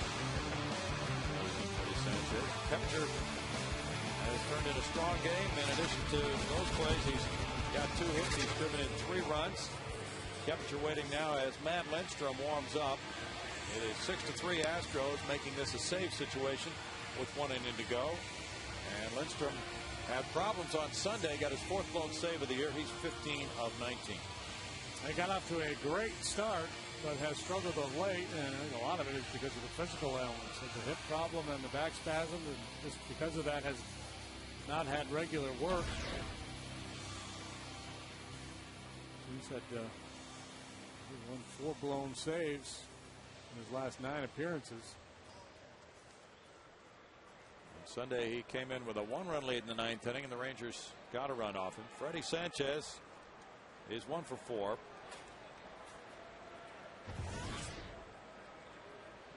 And Lindstrom goes with a fastball. It's good for strike 1 at 96 miles per hour. Now certainly can afford to be aggressive here with this 3-run lead. Doesn't have to try to pick at corners. Just throw that good heater, attack the strike zone.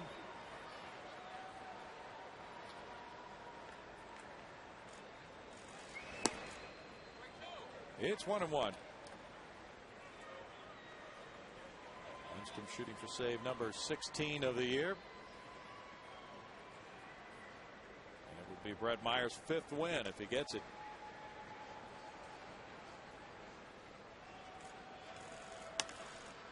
In the air near the right field line, Hunter Pence crossing over. He runs out of room.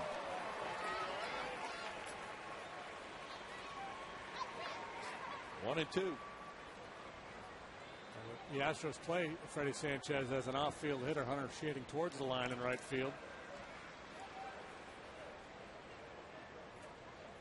Born a step or 2 towards the alley in right center. Lindstrom pitched in game 2 of the season here against the Giants. That's the only time he has faced them. Worked a scoreless inning.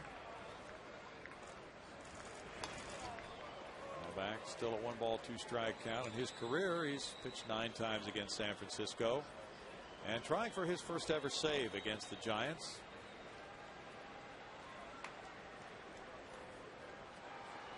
Brett Myers gave up just 1 earned run in 7 innings tonight.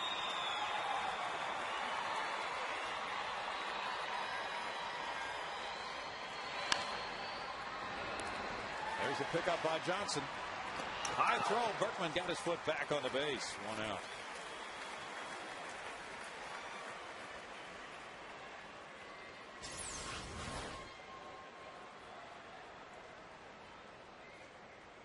Yeah, I think CJ wish he had a little more time to get a better grip on that ball, but Sanchez was busting it down the line, so he had to unload. I don't think he ever got a good, proper four-seam grip on that ball. It took off on him.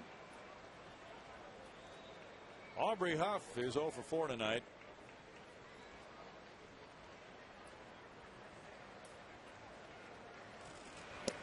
Showing bunt, and he takes strike 1. Giants down to their final 2 outs. They trail by 3. Juan Uribe's on deck.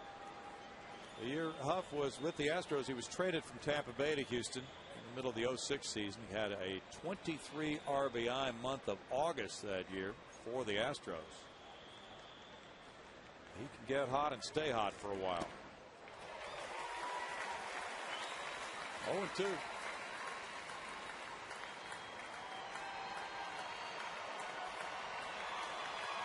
The trade that has really hurt the Astros because they had Huff for 2 months and then he was a free agent. And they gave up Mitch Talbot, who's now in the Cleveland starting rotation, and Ben Zobrist. Yeah, Zobrist turned into a pretty good player. Lindstrom gets a strikeout. And he's throwing an off-speed pitch here tonight. 2 outs now. Yeah, straight change up there. Normally it's fastball slider. Very nice. Juan Uribe doubled in a run in the 7th. He's 1 for 4.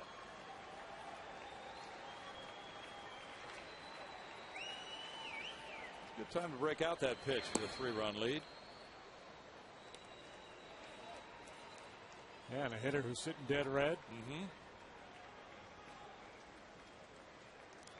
Lindstrom has had 6 1-run saves of his 15.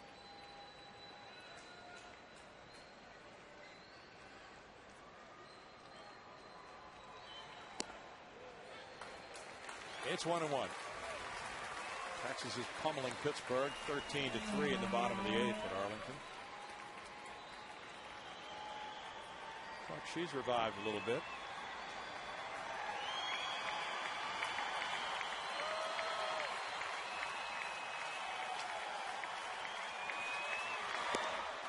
Another changeup.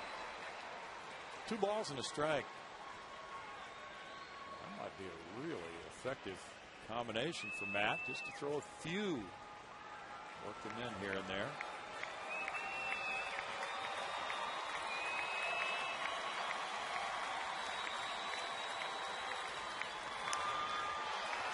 Two and 2.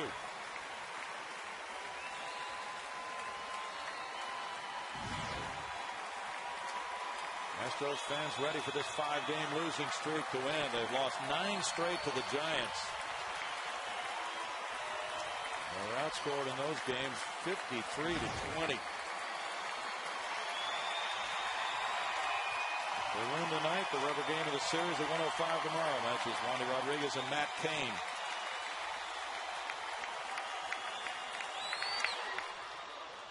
Foul ball.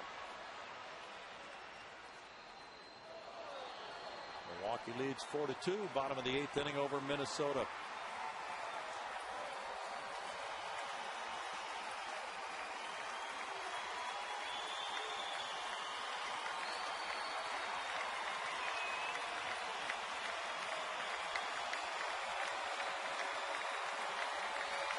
Hasn't thrown a slider yet, has he? No, he hasn't.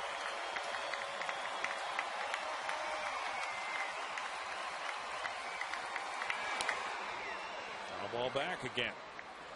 So maybe thinking about supplanting the slider with more changeups, or maybe there's just sometimes you got a little something physically that's bothering when you throw a certain pitch and you have to go to plan B. Could be.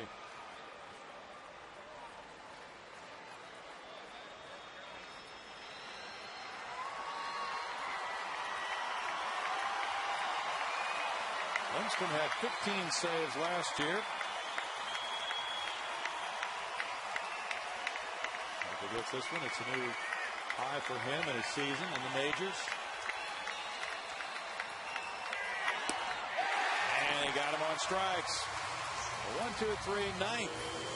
Gives Lindstrom his 16th save. Brett Myers goes to 5-5. Barry Zito, the loser, is 7-4. The Astros have snapped their 5-game losing streak. And they'll go for the series tomorrow in the rubber game at 105 with Wandy Rodriguez pitching against the San Francisco Giants and Matt Cain tomorrow. Some smiles there as the Astros celebrate this one. And Brad Mills' club has won it. Final score, Houston 6, San Francisco 3.